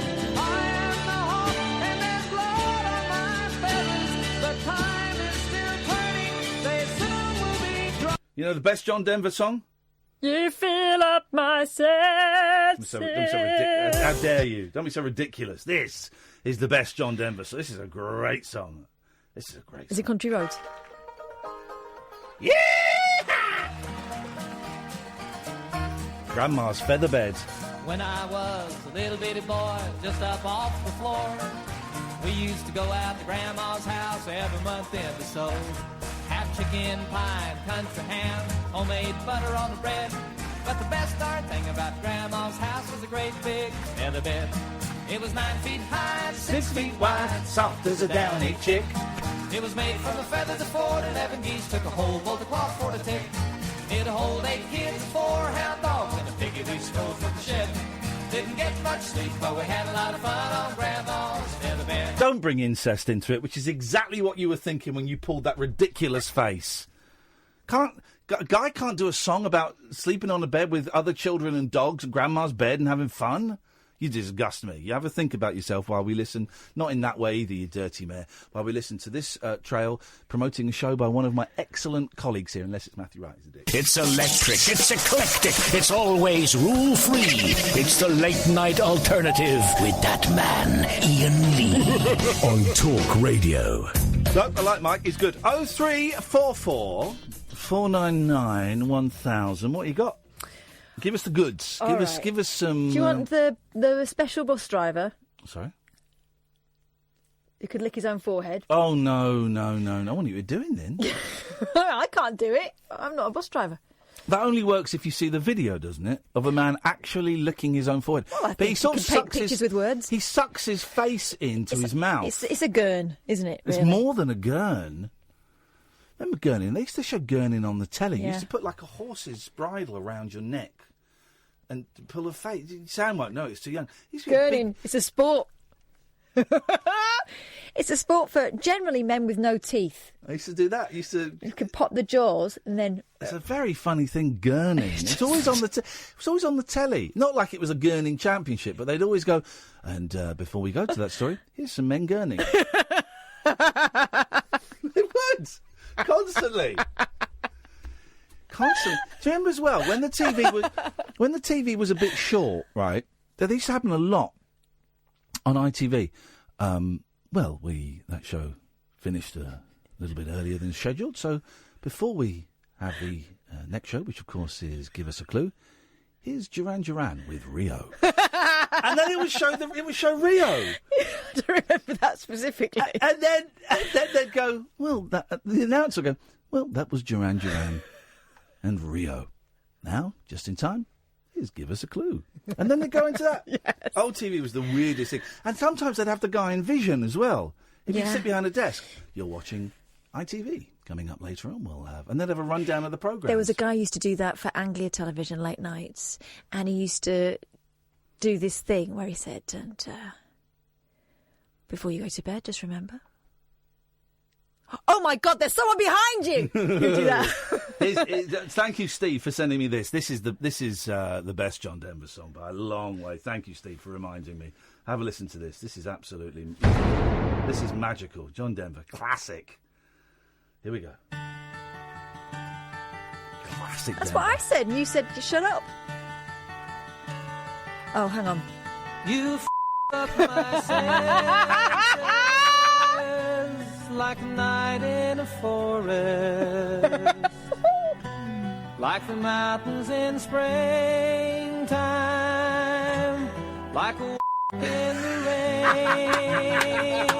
I forgot about this. Thank like you, Steve. A storm in the desert, like a sleepy blue ocean. You up my senses.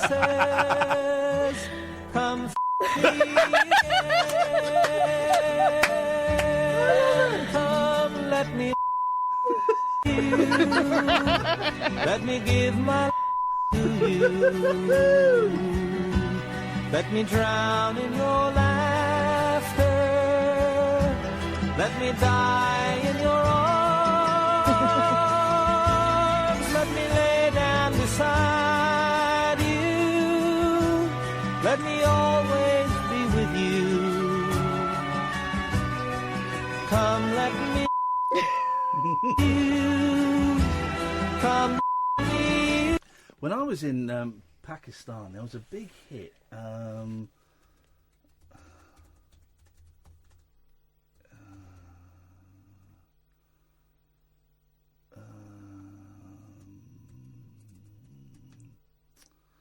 There was a version of it in Urdu or Hindi, but Indian version. Is this it? No, I can't find it. There was a version in Hindi. It was brilliant. Anyway, let's go to Derwin. Good evening, Derwin. Hi. Hello, Derwin. What have you got for us this evening?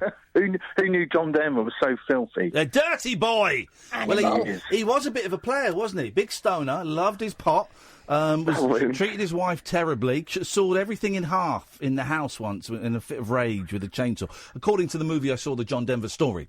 And then when he talked, he was shagging all around the world. Is he? Yeah, and Dirty then animal. he ditched Annie for a hot, younger Australian. Fanny? Oh, come on. What is this? You've really sunk to the gutter today. I haven't said it. Shame on you. You did. We heard it. I never even mentioned it. Right. Do you want me to get the clip? Do you want us to? Because when you mouth... Derwin, I think this is unfair. Excuse me. Well. Attention. You've called in at a terrible time, Derwin. Mum and Dad are arguing. When you mouth things, you don't mouth it silently. You say it quite quietly. That's what you went. Instead of going... You went... Anyway, Derwin, carry on. Well, this isn't going to help. I've written a music quiz. I was going to Yes! against each other. Get in. This is what we need.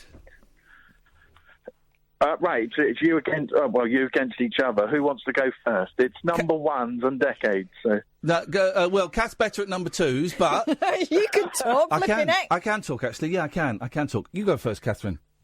Thank you. You're welcome. Ready? Yes. Okay. Fleetwood Mac had their only number one in the 60s with what? Oh, in the 60s? God's sake. Yeah. That would be Peter Thingy's Fleetwood Mac, innit? Yeah. Down. They didn't play banjo. Slow down. No, don't give her any clues, Derwin, because I know the answer. I'm looking forward to hearing Catherine. It goes. She will never get this. It goes. Oh, she will never get this. Don't ask me what I think of you. You might not give the answer that you want me to. I'll give you a clue. First, it's two words. The song you're thinking of. Yeah. O-W. Oh, well. She's wrong, isn't she, Derwin? It's actually Albatross. Wrong, yeah. Oh, it's Albatross! It is Albatross. Bow. It's Albatross. 1-0. 1-0 to me. Next question. I love this. My question. This is great. Ian, the Beatles reached number one in 1965 with a double A side. We can work it out on which other song. Try to see it my way. Only time will tell if We Can Work It Out. What's the other one? I've got to get all the way to the end, then I've got to flip the record over. Don't sing. We can work it. Life is very short. There's no time for fussing and fighting, my friends. Day Tripper. Is correct. Yeah! Yes! Put it away. 2-0. 2-0, Day Tripper. Yes, go on. Okay, right. We're in the 70s now, Kath. Blondie had two number ones from their album Parallel Lines. Yeah. Can you name one of them? Call Me Heart of Glass. Is right. Heart of Glass. And it's Sunday Girl, not Call Me, but you got Heart of Glass, that's right. Yes! Okay. Yes! Okay, Yes! Ian, your 70s question. Yes, sir. Two TV detectives reached number one in the 70s. Can you name either of them? Two TV detectives reached number one in the 70s. Yes. Yes, I can. I just need to name one. Did you get a point then? Right, I Yeah. need to name one. Two TV detectives in the 70s. All right, hang on. Hang on. Don't you be looking at Twitter? I'm not looking at Twitter. Hang on. They're British, aren't they? You said no clues. Yeah, no clues. Okay, fine. Okay, all right. Okay, Kojak, if a picture Yes, correct, paints David Soul? 1,000... Yes, Doesn't they're matter, the two. not your question. My question... No, you got it right. Yeah, exactly, I got it right, and Kath didn't get it right. So, next question. God, you're Right, horrible. 80s. Yeah. Kath, who had more number ones in the 80s, Duran Duran or Spandau Ballet? Duran. Is correct. Well done. Boom! They had Mark two, Spandau Ballet one. Mark it down, please. All right. I'm marking it. Not you, my colleague. Oh, okay. Ian, who wrote Bonnie Tyler's 80s number one, Total Eclipse of the Heart? Total Eclipse of the Heart. Jim Steinman. Is correct. Oh! He's so good at this! What's the point? What's the point? I'm finding you very annoying. 4-2. You just found that out. Yep. Sorry? Exactly. Sorry. Irritating, isn't he? Kath. Yes. 90s. Which Spice Girl singer was their first Christmas number one in 1996? Two Become One? Is correct. Boom! Mark it down. Okay. Okay, Ian. Vic Reeves had a number one with Dizzy. The Wonder Stuff. With the help of which other band? Oh, it's right. Yeah. Come on, Right, come on, right. guys. A lot harder, shouldn't I? Give me a challenge. Come on. Give me a challenge. Right, in the last question, the 2000s. In 2002, the Sugar Babes had number one with Freak Like Me. Yeah. But they sampled which 1979 number one? It's Cars. Yeah, almost. It's Two-Way Army and Our Friends in It. Unlucky. So that's 5 to me. It's 3 to Catherine. Catherine is the loser. I'm the winner by a huge margin. Absolutely smashed it. I'm You the want best. your last question, Ian? Yeah, sure. Why not? Let's go all in. 5 so far. 5 out of 5. Let's go for 6 out of 6. 4 out of 5. I've got 5 out of 5. Now I've got 5 points here. I've tallied it. Girls Aloud reached number 1 with The Sound of the Underground. Yep. What's the name of their pop idol, The Rivals' fellow band? Okay, it was... which they pipped to the top spot. Okay, I know this. Be quiet, you! It was... Oh, Catherine, One True Voice. Oh! He did it! Oh, he did it! What's this? Bow, bow, bow. Oh, he did it! He got One True Voice! Yes, mate. Thank you, Darren. That's the best phone call we've ever had. right. Thank you, mate. Bye. One True Voice. Oh, he won't get One True Voice. At least I get that, and I get another point back. I got it. I knew it. You're so pathetic. Oh, I know. Let me finish this. I knew it was One True Voice. I remember them choosing their name and their mentor saying, that's really bad. I knew it. Pull my finger. No, I'm not touching your finger ever again. Go to the break. The Late Night Alternative with Iain Lee on Talk Radio. And during the break, we just proved as well that I can twerk better than you, so it really is a great day to be me. Good evening, Matt. Hello. Hello, Matt. All right. How's it going?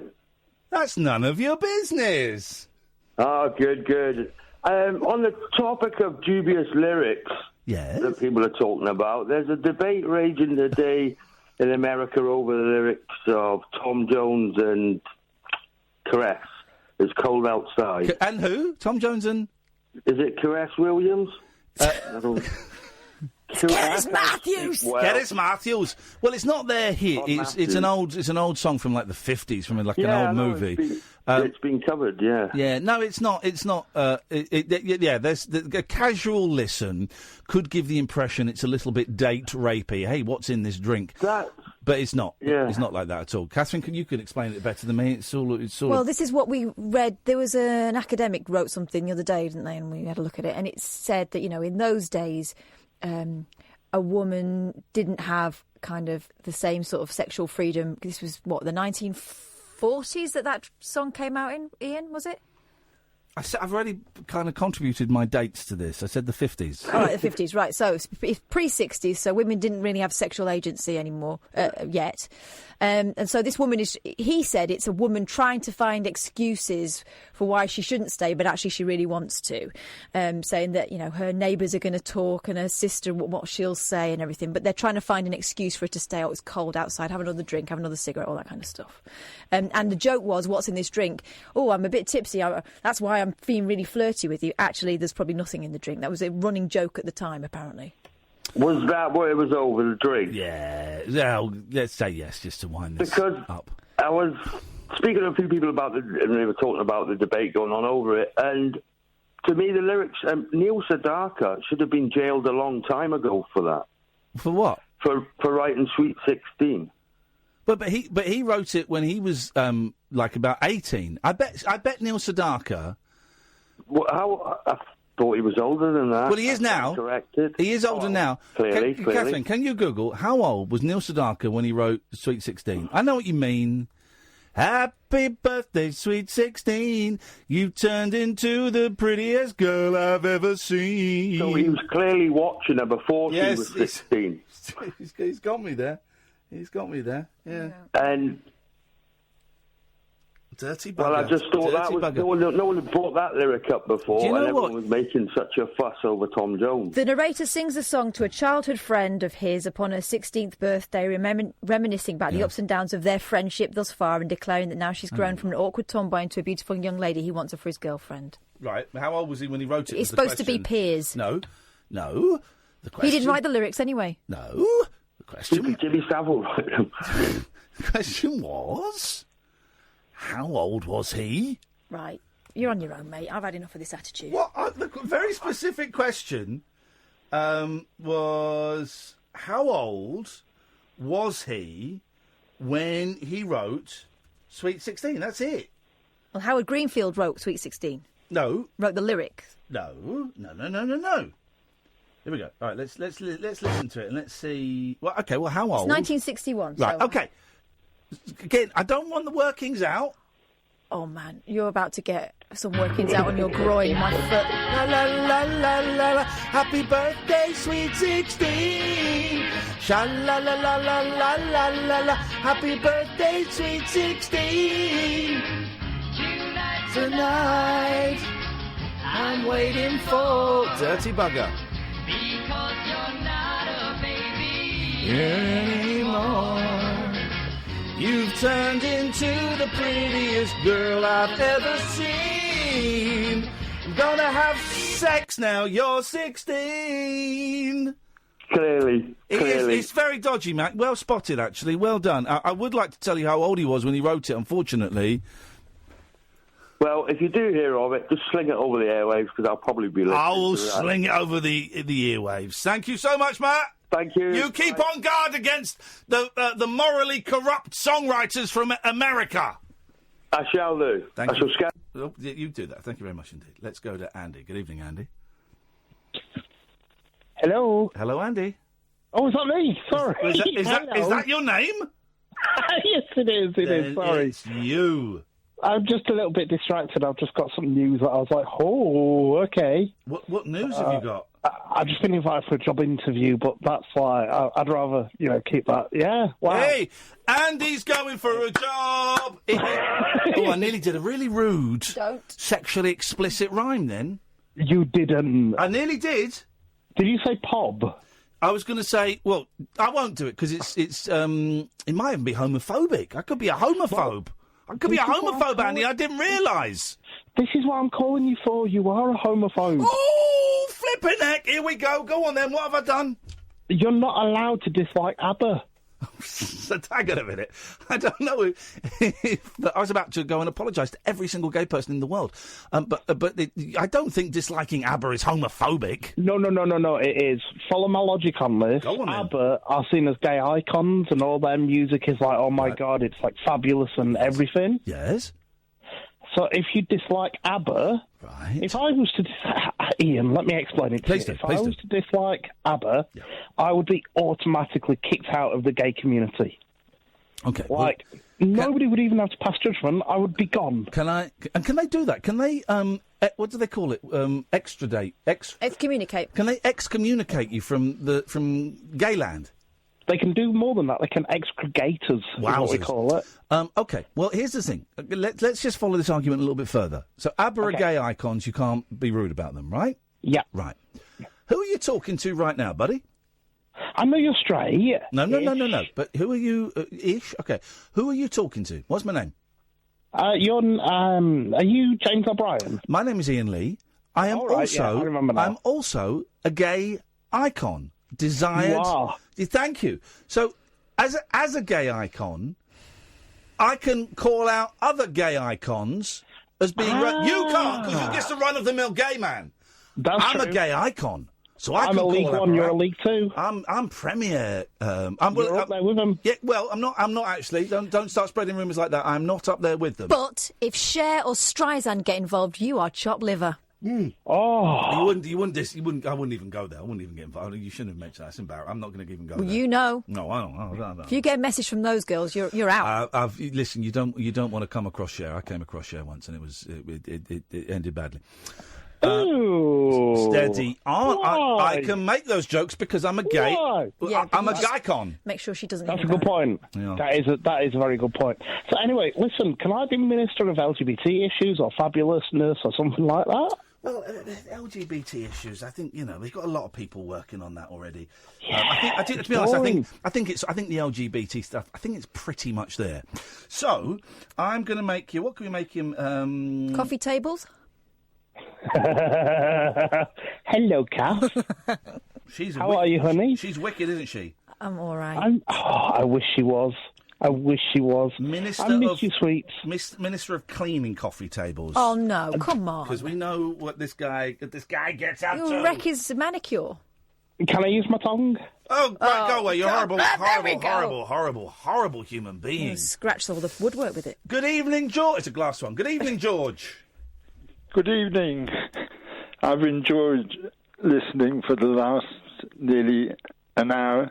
Before that, you didn't enjoy it. We've been on for 2 hours. Where were you the first hour? I've only been able to listen down the phone because I've not been able to pick you up on my phone for some reason. Anyway, a good click at the back. That's what I need. Yes, George. Can I be part of your government in waiting? Do you think? Of course you can. What would you like to be? And then we'll see how that I'd like to be the Minister for Mysticism.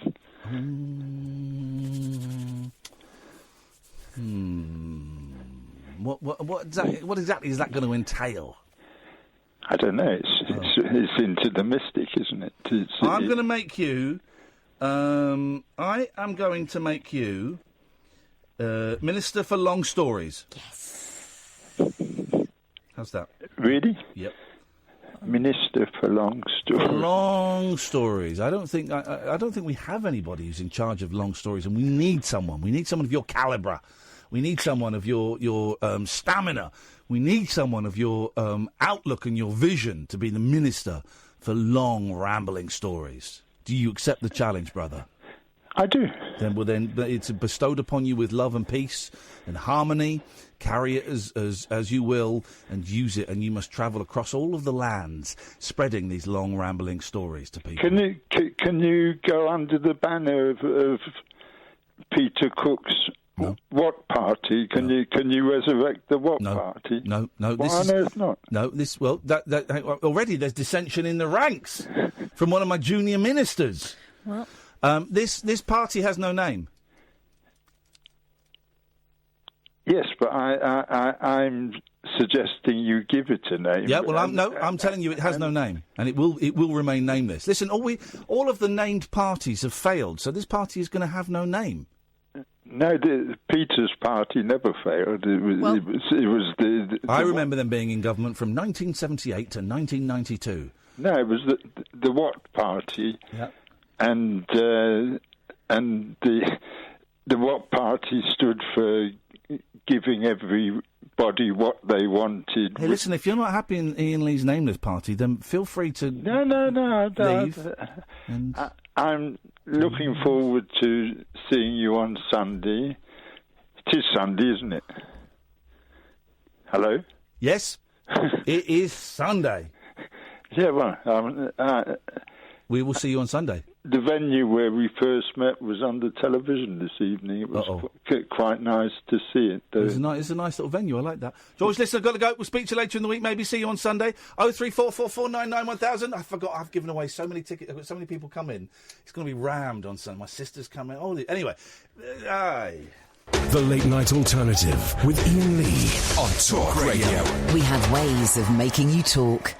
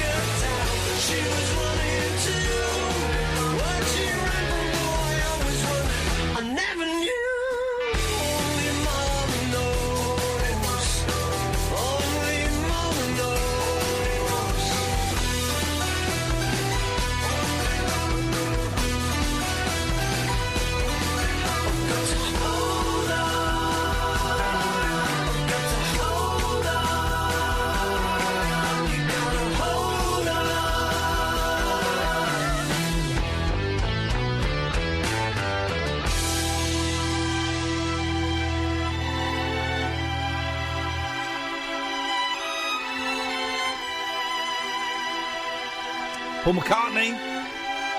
Only Mama knows, because Nick was asking on Twitter. It's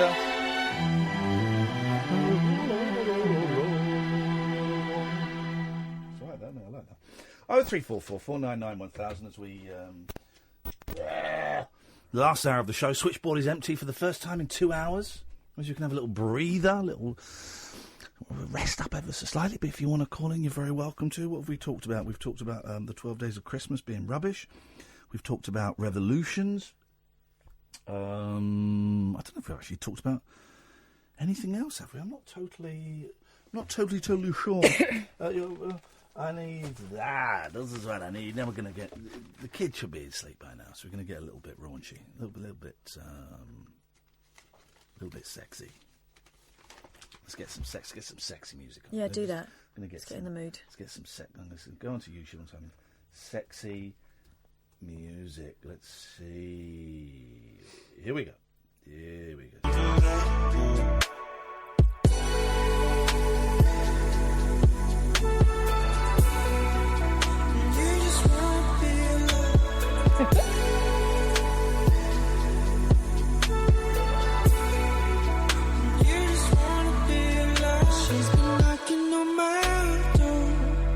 What? Oh, knocking on my door. That's not very horny. Knocking on my door. That's not sexy. I'm going to type in horny music.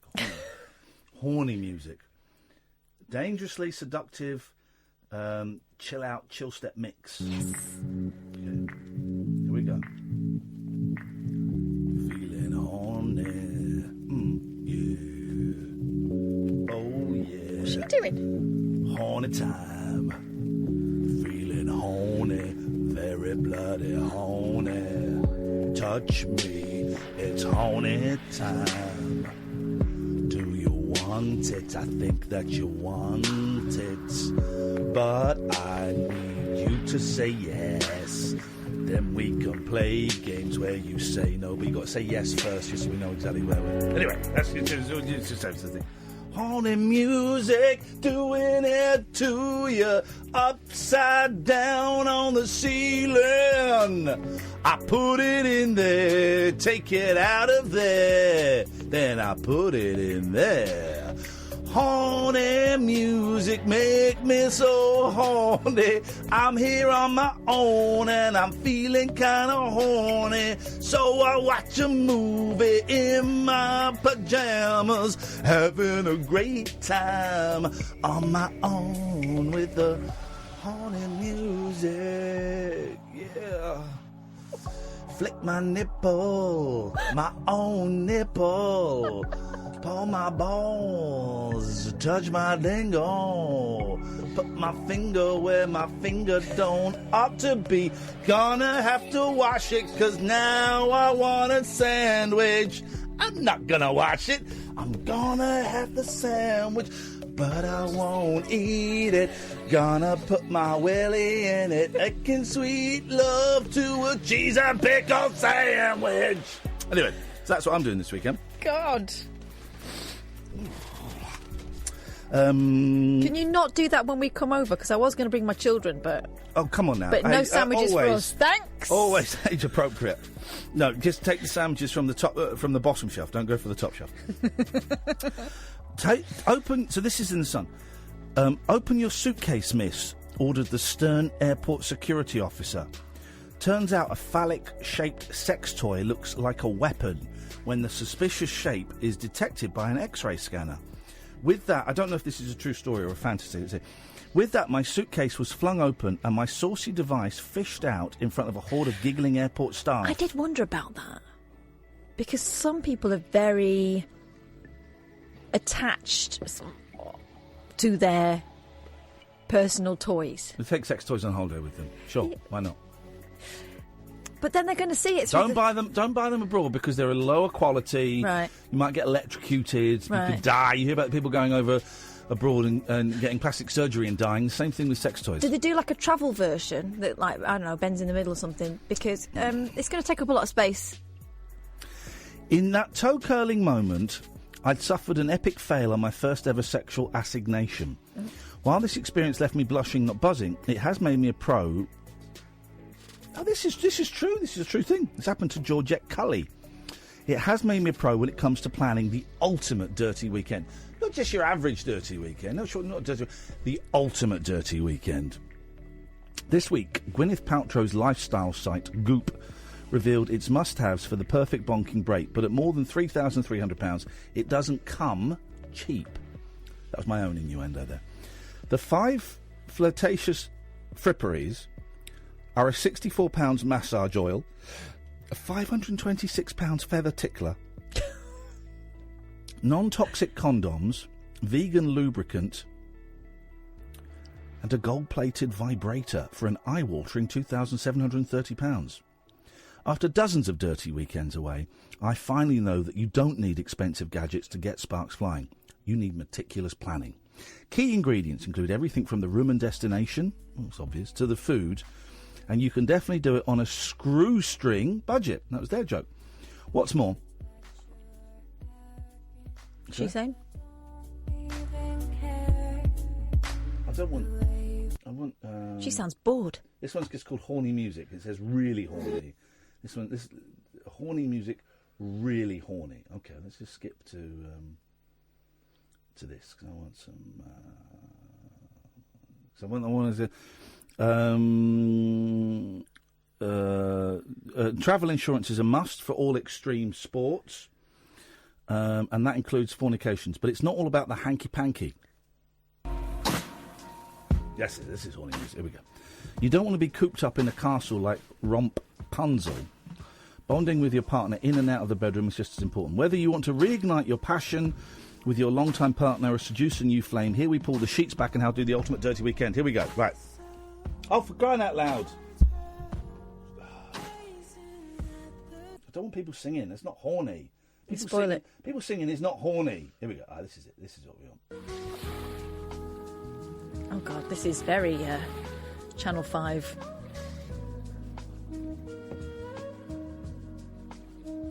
Playing jazz by a canal. What to do? Do sext. Phones should be strictly banned while you're away, but there's nothing wrong with giving your lover a taste of what's to come on your romantic getaway. In the build-up to the trip, tease one another with naughty messages telling your partner what you're going to do to them while you're away. For example, and I'm making these up, I'm going to have sex with you tonight, I'm going to give you a good humping, you're going to ride on Daddy's joystick. Oh, God, really? But once there, switch off your phone and throw yourself into your 48 hours of fun. This break is all about exploring each other, not social media. Turn off your phone and turn on each other during your daring digital detox. Do choose the room carefully. Is that a goose?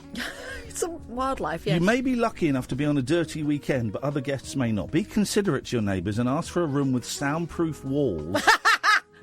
Oh, my God. So you can free your inhibitions. Whenever I've gone on TripAdvisor or Expedia or Last Minute... It's never listed, is it? You can have soundproof walls. Why? Could we be doing a murder? Otherwise, take a load of egg boxes and improvise. An ensuite bathroom is also a must. You guys stayed in hotels. Hotels have ensuite bathrooms. It's not B&B in the 1970s. Can you imagine that for in a bed? You not only can you get steamy in the shower, but you won't get caught running naked down the hallway to the shared lift. Where are they staying? Oh, for God's sakes. None of this is... number 3 is not horny. Do pick a hotel with a menu full of meals packed with aphrodisiacs and slow-releasing carbs. A dish such as asparagus risotto would be perfect to get you in the mood and keep you going all night, making pee all night. You want to be keen to rip each other's clothes off after supper, not snooze. Also... Flipping it. I think this woman's a virgin. Also, pre-book a table tucked away in the corner of the restaurant. Not only can you play footsie, you can also talk dirty for dessert. What, like, I want to poke your pudding? Unfortunately, it's spotted dick. And my custard's quite yellow. Oh, God. Do go outside, right? And you'd think, for a romp outside. You would, Catherine, I know. But no, dirty weekends are not just about sex. You can stay home and do that. Well, then what are we having a dirty weekend for? I got blue balls! Oh, my God. Whether you're in a new or old relationship, you want to bond with your partner mentally as well as physically. Enjoy romantic woodland walks and perhaps a rumble in the jungle should the mood take you, even in these chilly climes. What does that mean? What's a rumble in the jungle? Oh, you're having a fight? A boxing match? Here we go. Now we're getting dirty. Now we're getting very dirty. Do pack sensibly. The point of a dirty weekend is to escape reality and indulge in everything you wouldn't normally do back home. Here we go, fellas. So why not surprise your lover by wearing a naughty outfit? I think it means the women. Men don't do that, do they? Do they? Sam?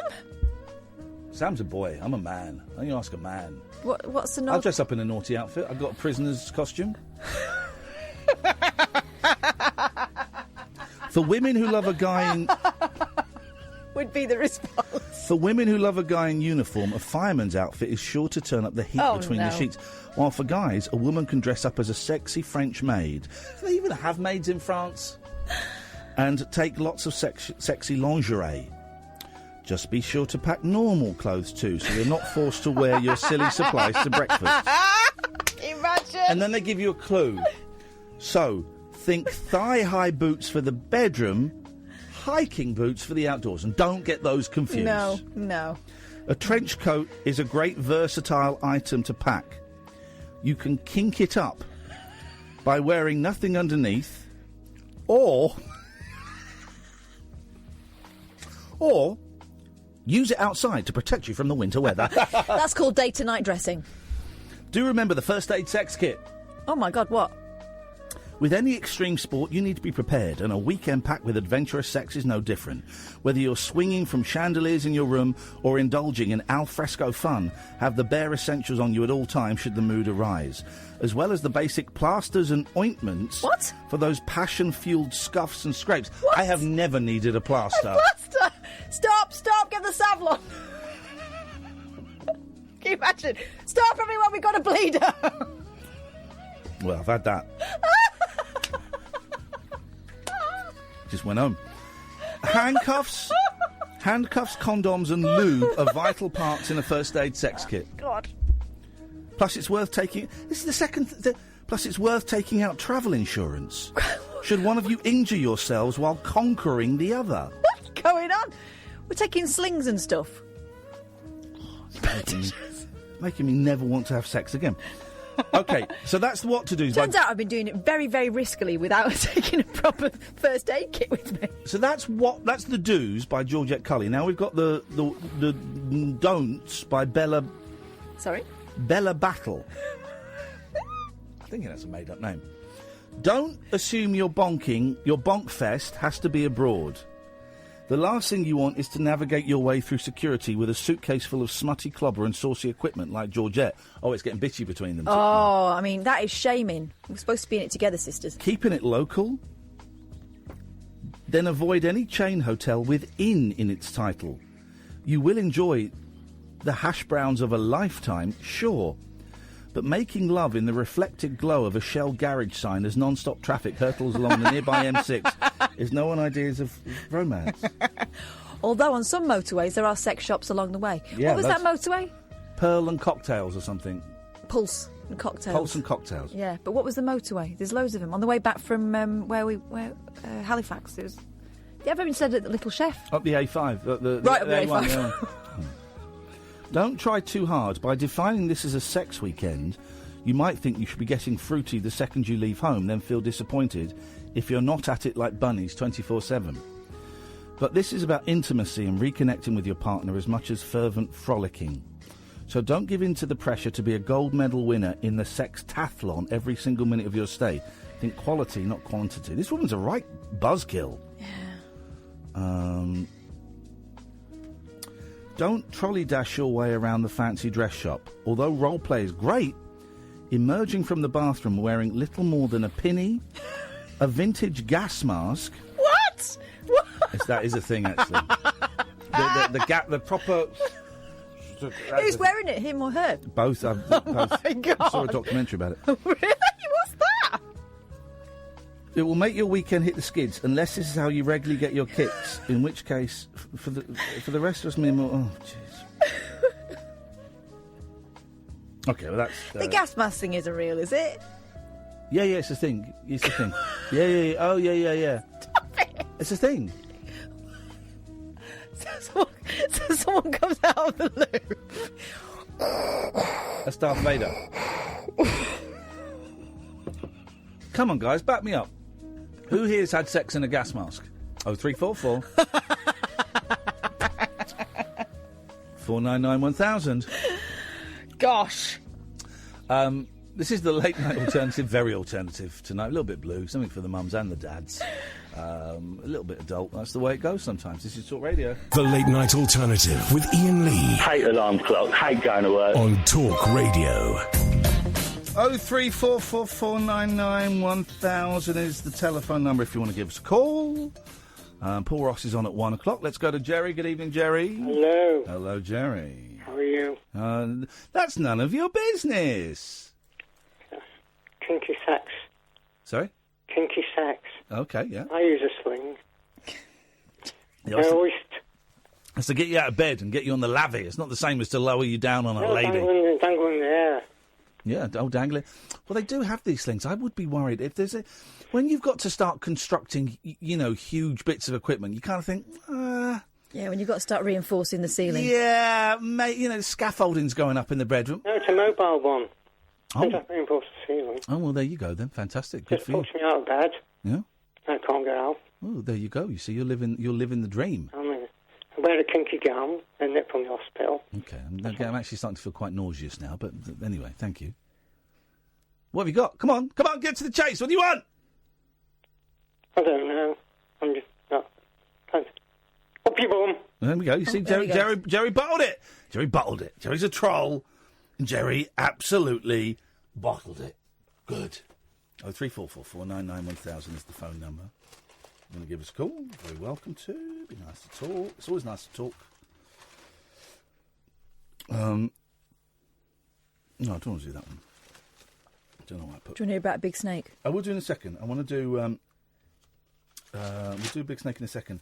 It's more grottos that are rubbish. Yes.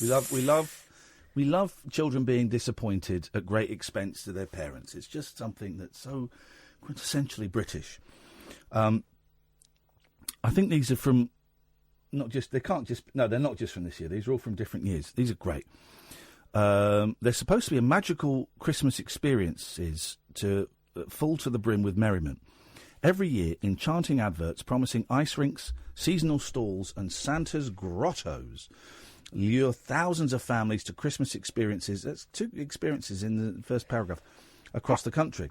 But from an ice rink without any ice to soggy fields reminiscent of a World War I trench, these festive failures will not only put a dampener on your Christmas spirit, they could extinguish it completely. So, they don't really go into much detail, but so here's the first one. The promise, the poster for this year's this year's Santa Southwest Christmas Village at Bath and West Showground promised snow-topped stalls and rides. And there's a fairground, there's snow, there's beautiful, you can see food and stuff. And then what you actually get is it looks like a car park with a couple of benches and a burger van. That's it. How festive. And a few picnic tables are strewn across the windswept concrete and puddles. And once inside, the sorry state of the festive adventure proved the final straw. So there's just some straw and some, things hung up against the wall, but not even hung evenly. North Wales. Visitors to Reindeer Lodge in Mould were drawn by the thrill of meeting Santa's favourite animals, the reindeer. But before saying hello to Dasher, Prancer, Rudolph and the rest, they first had to endure queuing up in a swamp-like field. Oh, so they get to meet the reindeer, but you got to queue up in a field. I don't know if that's necessarily that bad. If it's just come and meet the reindeer, well, it's not ideal. They're not saying it's some sort of festive village, are they? I don't think so. It's Reindeer Lodge. And if this is a place, I'm guessing it's like an animal kind of sanctuary type vibe. Yeah. Bits of it are outside. If it rains, it's going to get muddy. I mean, it looks crappy. That's just weather. Okay, we're going to let them have that. The New Forest. The advertising boasted of reindeer and animals. This is the poster. Lapland New Forest, where dreams really do come true. The new multi-feature snow-covered Lapland village on the south coast. Real reindeer and animals, magical tunnel of light, Hollywood special FXs. It says FXs. Oh. Outdoor skate rink, free gifts from Santa, seasonal food. In fact, visitors to this Lapland village near Ringwood in Hampshire were met by disconsolate dogs chained up in a muddy field. Is that it? Oh, dear. We did that one. Oh, this is a great one, the Milton Keynes one. Look, this is Father Christmas. Describe Father Christmas that they actually got. What? Oh. I remember that one. Yeah. It's Father Christmas. You can see he's wearing a brown fleece underneath his festive, traditional jacket. He's got a really cheap Christmas hat on. I mean, the white bits, the trim on his jacket and his hat are just That's white felt. It's a cut price outfit. Ooh. And the beard looks like the rats have been at it. And you can see his sideys out the side. Sally has sent us a picture of a gas mask. What's she? But what then look the where that flipping goes. What? There we go, exactly. I mean, thank you, Sally. I'm not quite sure what you do with that, but there you go. I've got an idea. Okay. Keynes. So let's have your snake. Let me see your snake. Fisherman out catching eels, right? There we go. He stepped on what he thought was a log. The log moved and he realised it was an enormous python. What follows is an extraordinary battle between man and beast, for the 27-foot reptile powers through the undergrowth trying to escape. The giant snake then goes into it's flipping massive. Then goes into survival mode. What snake is it? A python. They're not dangerous, though, to humans. They are. No. They do bite you and get purchase, and then they'll strangle you and kill you and eat you. No, pythons don't strangle you. It's a reticulated python. Pythons don't strangle you. Yes, they do. Actually, they don't. They crush you. Already we're deviating slightly from the strangulation. They don't. You're thinking of boa constrictors. Constrictors constrict. Well, can you stop flapping that around, please? Yes, the giant snake. I know my snake so well. The snake goes into survival mode and starts to wrap itself around the man. Okay, well it's not strangling you though, like you said. Like you initially. 6 men said. spent several minutes trying to overpower the 100-kilogram reptile. Well, they're idiots. Trying to hold the snake's mouth to stop it from biting. Idiots. Right. There's two things they should have done here. Shall I tell you what they should have done? Put a finger up its bum? That's dogs. No. First thing is you've got to get a stick about yay big and you put it in its mouth so its mouth is stuck open like that. Fine. Then you get scissors and then you cut from the tail. You just cut it. Just keep cutting it. Just keep cutting it until little bits come off. And then you cut it into little pieces like that with scissors. That's all you've got to do. What? If you're unlucky, a head will grow out where you've cut it. So you've got to be quick. But you just cut it. So you've got the snake. You just cut through the snake like that. Just keep cutting through, and eventually it will. There won't be any snake. Size of that though. No, that's nothing special. I've seen bigger. You haven't. I have actually. I've held bigger. I've fought bigger. I've danced with bigger. I've made love with bigger in the room. I have everything I've just said. I've done to bigger than that. That's You've been nothing. to Padang Pariaman. Huh? Padang Pariaman. That was my nickname at school. Who told you that? Padang Pariaman. How dare you? Yeah, it's massive. It's not even. It's fully grown yet. Well, you know the movie Anaconda, one of the greatest movies of all time. Absolutely awful. I have held a snake bigger than that. No, you haven't. Yes, I have. You're such a liar. Yeah. Where did it happen? Someone wanna see else's it? school, miles away.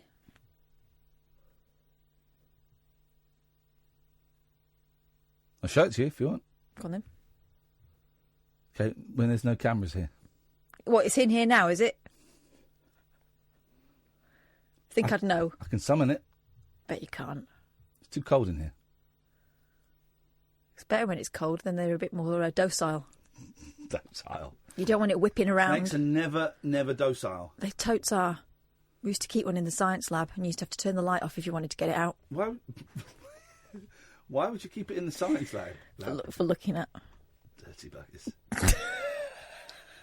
Was there anything... We had a gecko and all, and I kept saying, Mr. Wright, that gecko's not well, its tail's all shriveled. It's fine.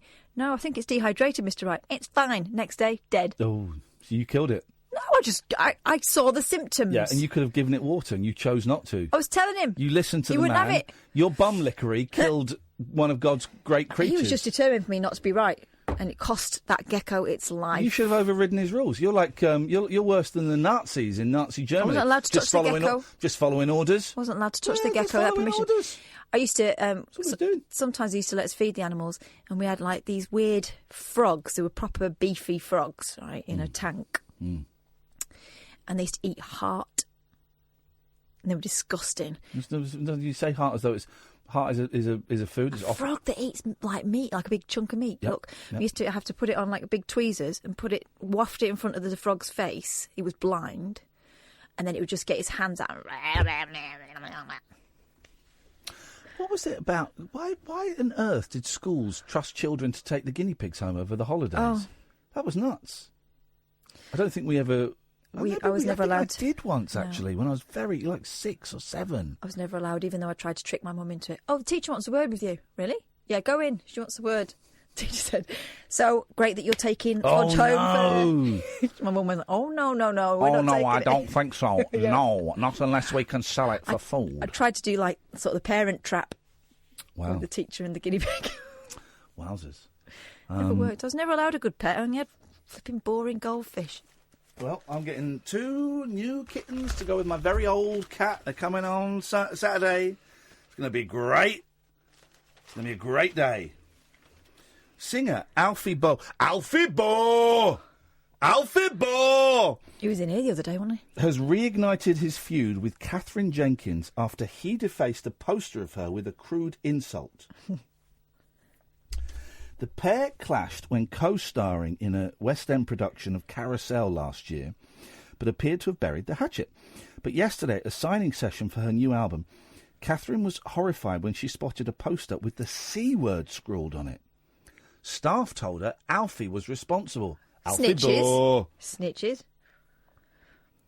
The poster on the wall at an HMV store in Manchester had been hastily covered up in a bid to stop the singer seeing the graffiti. Well, guys, maybe you should have taken it down. I don't know. If you knew she was coming in and you knew she had a poster that she would see of her that had the C word on it, I don't know. Maybe you should have taken it down. I'm pretty sure that's against the rules of His Master's Voice, having that kind of thing on display. What's the name of the dog? Oh, I did know this. Yeah, I do know it. Is it like Patch? No. Smudge? No. Sniffer? No. Is it Speckles? Nobby. Pickles? Nobby. Pickles. Pickles, no, Nobby. An onlooker said Catherine was absolutely shocked when she saw it. She has no problem with Alfie after they work together, but he clearly does. The word he wrote is as unpleasant as it gets. I could make that worse by putting the S word immediately in front of it. She noticed someone had tried to cover up her poster and asked why. Embarrassed staff had to admit what had gone on. She looked very upset and hurt.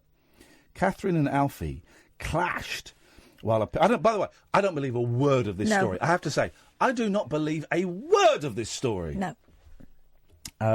They clashed while appearing in the London Coliseum production of Carousel, despite winning rave reviews from critics. Alfie is understood to have been annoyed after she was given the #1 dressing room, despite him taking the lead role of Carousel operator Deuce Bigelow. A source close to Alfie said yesterday, anyone could have done this. Yeah, I don't believe any of that story. That's the most made up. If I were Alfie Boe... So I was distracted by the story because right next is page 3. So there's a woman in what we used to call a body in the old days, but it's very, very thin around the groin, and I just can't help imagining what the state of her poor backside must be in. Well, not to that's mention going to be right up there. Not to mention her lady garden. That's very constrictive. That's not going to be healthy for you. Cheese wire. Traditional Christmas dinner will be off the menu for over 6 million Brits, a study has found. A mix of allergies and non-meat eaters now rule out the likes of turkey and pigs in blankets. 6 in 10 families have somebody unable or unwilling to eat some festive food. Oh, I can't wait. Well, I don't know if I'm having a Christmas dinner because I have to go to my sister's for Christmas dinner. Roasties, Brussels sprouts, gravy, taco, I'll have to go, because if there's going to be roasties, we're going. 0344 499 1000. Last 20 minutes of the show before Paul Ross comes on. If you've got anything to say, now is the time to say it. This is the Late Night Alternative with Iain Lee and Katherine Boyle, weeknights from 10 on Talk Radio. The Late Night Alternative with Iain Lee. The station's brilliant. On Talk Radio. 0344 499 1000 is the telephone number. What you got? A group of school children have been left traumatised and suffering nightmares after teachers staged an elf murder in their class. Pupils arrived at Flowery Field Primary School in Hyde on Tuesday to find a crime scene, including drops of fake blood as part of a writing exercise. Flipping heck. The school's head teacher, Ian Fell, said the 8- and 9-year-old children love playing detectives in the engaging and exciting writing exercise, according to the Manchester Evening News. However, some parents have been left concerned, and one mum claims her daughter suffered nightmares as a result of the extreme project. Well. The mum, who asked not to be named, said, "There was a crime scene in one of the classrooms. There was a crime scene. There was police tape and a table had been knocked over and there was blood smeared on one of the tables. The idea was an elf had been murdered by another elf. My daughter came home and she was absolutely traumatised. I'm not the only parent who felt like that. A lot of kids in Year 4 were unsettled by it. I'm very open with my children and I understand you can't protect from everything, but my child was very upset last night and had to sleep in my bed." The school says a crime scene had been set up in the classroom. Look, they've got, like, incident tape and stuff. And fake blood. My eldest was scared of police tape. Well, I don't know why. He was really scared of it. I remember we went to the woods once. Not the woods. We went up the top of the hill, and there was just some police tape there. Just because like a tree had blown over or something, and he was terrified there had been like a murder or something. What if the police come? Would the police come back? Are we in trouble? It was the weirdest thing. Gosh, yeah.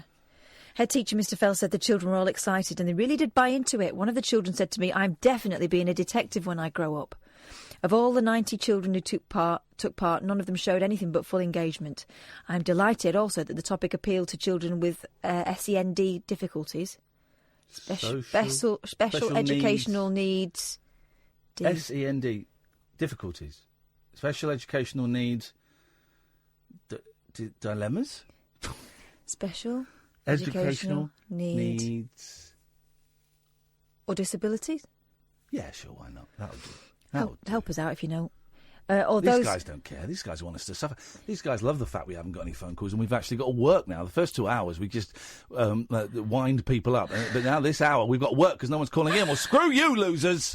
I've been a teacher for 30 years, says Mr. Fell, not me. He must be tired. He must be. And in my judgment, this is an appropriate, engaging and exciting thing that children aged 8 and 9 have done. They've been so up for it. I'm really looking forward to see the quality of the outcomes. We are not trying to keep this a secret and we'll be tweeting about the rest of the exercise today. Again, I don't believe that story. I don't believe any kids were traumatised. Well... Is an anonymous mum. One anonymous mum. It would be so easy, wouldn't it, to see them tweeting about that and go, "Oh, that looks a bit out of order." What if a mum wasn't happy with it? Then it's a story, isn't it? Can we believe anything we read in the papers? Having been in the papers more in the last 12 months than I have ever been in my entire life, I don't believe a word of it. I don't believe any of it. I mean, what they would do about me, as you know, dear listeners, they would listen to bits of the show and sometimes listen to bits from 2 separate shows and put them together as though it was one rant. And the words were quite often mine, but it was often presented that I'd done an interview with them when I hadn't. And there was all kinds of extrapolation from it that was absolutely nonsensical. It was really weird for me as a journalist to see them do it to me. And I'm really careful because I know how things can be twisted. And I can tell as well that sometimes there is a temptation to frame things up so it makes a better story, right? But I always resisted doing that because it's not fair on the person who's giving you an interview. It's not fair and you've got to face them again. And if word gets around that you don't play with a straight bat, no one talks to you again. But they don't care. It's just like hit and run. When I knew I was going in the jungle, I had split up with my wife by then, and I made a conscious decision I wasn't going to wear my wedding ring, right? Because it was like... And that may have been a mistake. I don't know, but I didn't think naively didn't think anyone would be interested in that because I'm dumb, right? I just didn't. And I remember the day before I went in, or 2 days before I went in, you had to go and meet the press, right? So you're in the Versace hotel. I wasn't staying there, but you'd go there to have meetings and stuff. And you get introduced to the press. You had someone from The Sun and someone from The Mirror and someone from The Star and maybe someone else. And the producers go, well, here is the next person who's going in. It's Iain Lee from the 11 o'clock show, from Talk Radio, and you sit down and you do an interview, and it's all really nice. And I got sucked into it. I was on my guard, and of course they charm you, and they lower you. So what's it like going in? What do you think you're going to do? Have you seen the series before? What do you think Ricky Gervais will think of it? It's all that kind of stuff. Yeah. Then right at the end, we think we're all done here, guys. Iain, we think we're done. Just one more question. You're going to be looking for romance in the jungle? And I went, no, of course not. I'm married. Oh, okay. Just you're not wearing a wedding ring. And I just wondered. And then I thought, I'm screwed. That's the oldest trick in the book. Yeah. Because if they ask you that question first, you walk. They don't get anything. Yeah. And I thought, I'm screwed, because I went, I gave the most unconvincing. I said, well, I choose not to wear a wedding ring. And I thought, oh, bugger. That's it. And that's why they chased my wife. That's why they doorstepped my mother-in-law. All this kind of crazy stuff. I mean, who cares who cares whether I'm married or not? Who cares? One of them did a sneaky thing to me. Because they were writing stuff about, for the show and things I've been saying and taking it out of context. Yeah. I was convinced to give an interview to one of them.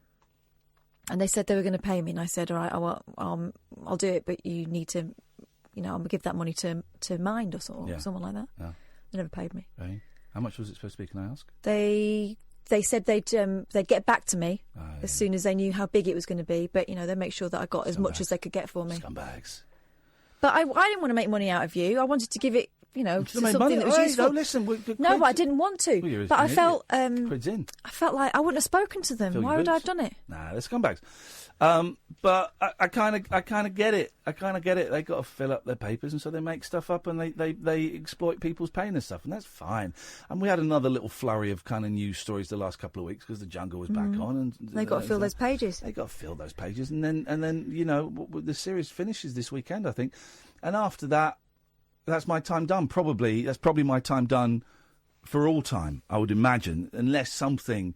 Unless the breakdown does happen, unless the relapse does kick in, and unless there's something I do publicly that will be kind of my time done, and then the people that are coming out of it now, they've got their year in the spotlight, whether that's good or bad.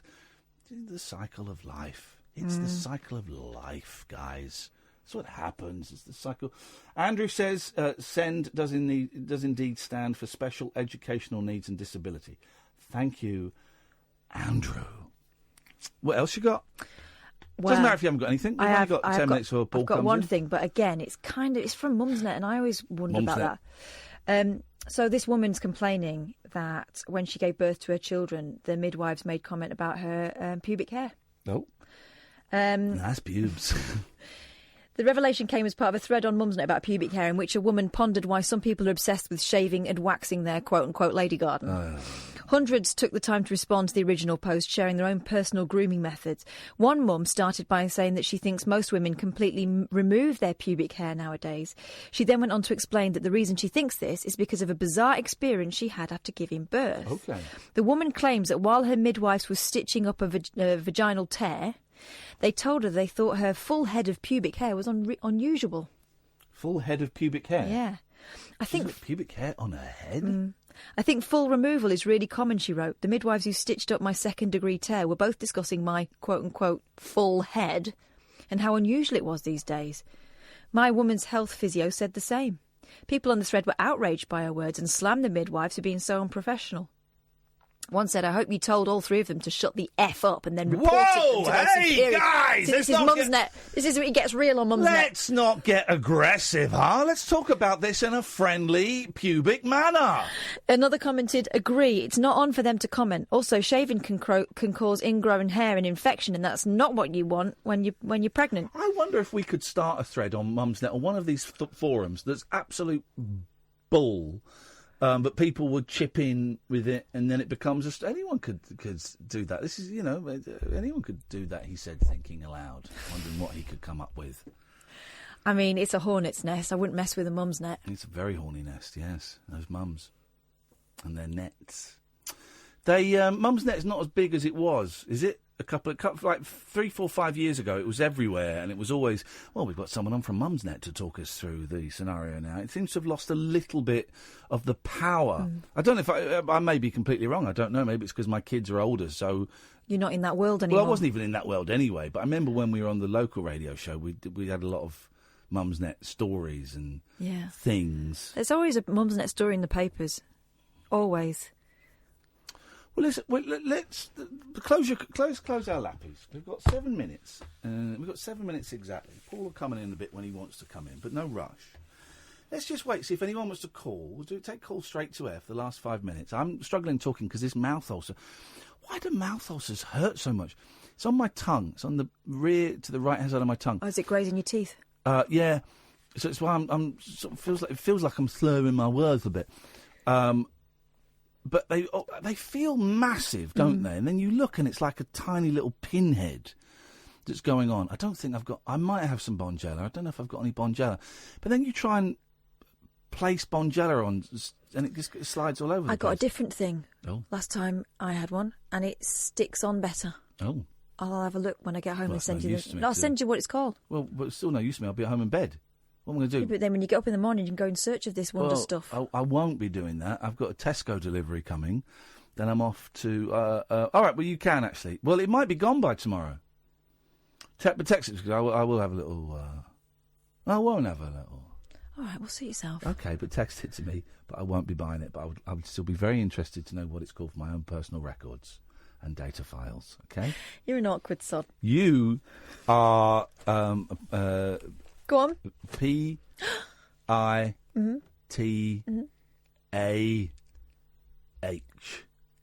What's that? Pain in the arsehole. I was trying to work out what a pitta was. Pitta. Peanuts. So if you want to call in, here's my theory. The last 20 minutes of our show, everyone stops listening because they've had enough of this show. And then, like, the first minute, and then at midnight, people go, right, Paul Ross is on now, we can turn back on. It's a different flavour. You know, you can only have so much of this. Too much sugar. Too much, I don't know if I describe this as sugar. I describe us as some crazy vegan meal. I don't know. And then Paul comes in and pulls a delicious dessert. Yeah. You know, and so...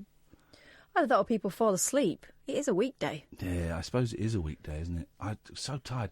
I had to go. I stayed in the boys' house last night, so I get there about 2:15, and then I potter about a bit, and then I go to bed, and it was really hot there, and there's only 2 pillows on the bed that I sleep on, and you know me, I'm a 3 or 4 pillow kind of guy, so 2 very narrow flat pillows, and so I get to sleep at just after 3, I think. Then I was woken up at 7:20 by the boys playing the piano. What? Really loudly. And then they were talking quite loudly, and then their mums going, shh, keep your voice down, I'll wake your dad. You've just been playing the flipping piano for 20 minutes. I get that. That woke me. The one that wakes me up is, will you two be quiet? Your mother is asleep. Oh. That's the one that wakes me up every time. They're playing rock and roll on the piano. Was it any good? No. Oh. It's lousy. Actually, some of it was good. So I got like 4.25 hours sleep. Tops. And then I couldn't get back to sleep when I went and saw my boys play, and I thought, right, when I go back to my house, and when I get in, I'm going to get to bed, man. I'm going to get to bed. And I didn't go straight to bed. That was my mistake. Instead, I spent ages trying to find a memory card. And then I went to bed, and then I was wired. I was just wide awake. So I didn't sleep. So I'm shattered. Busy day tomorrow. This is why I've got mouth ulcers. Yeah, burning the candle at both ends. Well, I don't know about that. Let's go to line 1. Hello, line 1. Ian Lee, good evening to you, or good morning. I thought I'd ring and say a quick hello because you said no one's calling you for the last 20 minutes, so I thought I'd just ring and say hello to you both. Well, hello. It's nice to talk to you, Nigel. There's no... don't call out sympathy. This is... When people are calling in, we do that bit for free, and when no one's calling in, that's when we get paid. That's when I earn my money. But how is, like... What are you up to, Nige? Well, I'm working as a press photographer. I'm on my way home. I better... couple little jobs tonight. And who did you snap tonight? Who did you pap, you scumbag? No. I'm a newsman. I'm a non-celebrity. I'm a news guy. So tonight it's all about crime, but thankfully not too bad. And I'm driving through London. It's quite warm. It's according to my car thermometer, it's 14 degrees. Did you see that? Did you see that Jake Gyllenhaal film where he's a news cameraman? No. Oh, mate, it's a great Is that film. when nothing's Nightcrawler. happening, so he starts doing it himself? He starts causing things to happen so that he's always the first on the Oh. scene. Nightcrawler. It's a great film, Nigel. Oh, well, yeah. I've heard of it, but I haven't seen it. I will go and see it. I've got a feeling. I think it might be on Netflix now. Nightcrawler. It's a brilliant film. Yeah. I love sounds- Gyllenhaal, but I love the sounds pretty cool. Gyllenhaals. Love Maggie. It sounds pretty cool. All right, Nigel. Thank you, mate. I got a crush on Maggie Gyllenhaal. So have I. I like kooky American actresses. I'm sorry, that's just my type. In gas masks. Oh. Yeah, no, I'm a big fan of the kooky American actress. It's a great film. Nightcrawler. Gyllenhaal's a brilliant actor, I think. He's got a good face. He's got a great face. Because he's not super handsome, but he's attractive. Oh, he's a good-looking guy. Yeah. But I think he's good at playing the dark, tortured side of humanity. I didn't get Donnie Darko. Oh, it's a great film. I don't get it. Kiddie Porn Dungeon. It's a great film, Donnie Darko. I don't know what it is. No, I don't know. I don't know whether it's a dream or whether it's time travel but I enjoyed the journey a lot in Donnie Darko. I watched it and then thought, well, I don't know what the bloody hell was that. Yeah. Well, you need to watch it with me. Maybe I was too young. Yeah. It's a good film, Donnie Darko. Mysterious. All right, we'll watch it. So we've got that to watch. We've got Audition to watch. Yeah. Takeshi Miike. And I'm going to have some weird dreams. Yep. I've started with the Threads dreams. I told you during the break. Yeah. That will, Horrible. You're going to have those for the next 15 years. You reckon? And then it will start to ease up a little bit, yeah. And then I'll watch film. it again. Bleak film. Well, dear listener, that's it. That's your lot. Paul Ross, I'm afraid, is not bothered to show up tonight. No, that's too fine. showbiz. No, I'm sure he'll turn up after 1 o'clock because he's one of the most professional guys in the business. Thank you, Catherine. Thank you, Sam. Thank you to nearly everybody who called in tonight. Thank you for putting up with me. It feels like a fat tongue. It's not pleasant at all. We will be back tonight, Thursday night at 10 o'clock. Don't forget, you can listen on DAB app or online at www.talkradio.co.uk.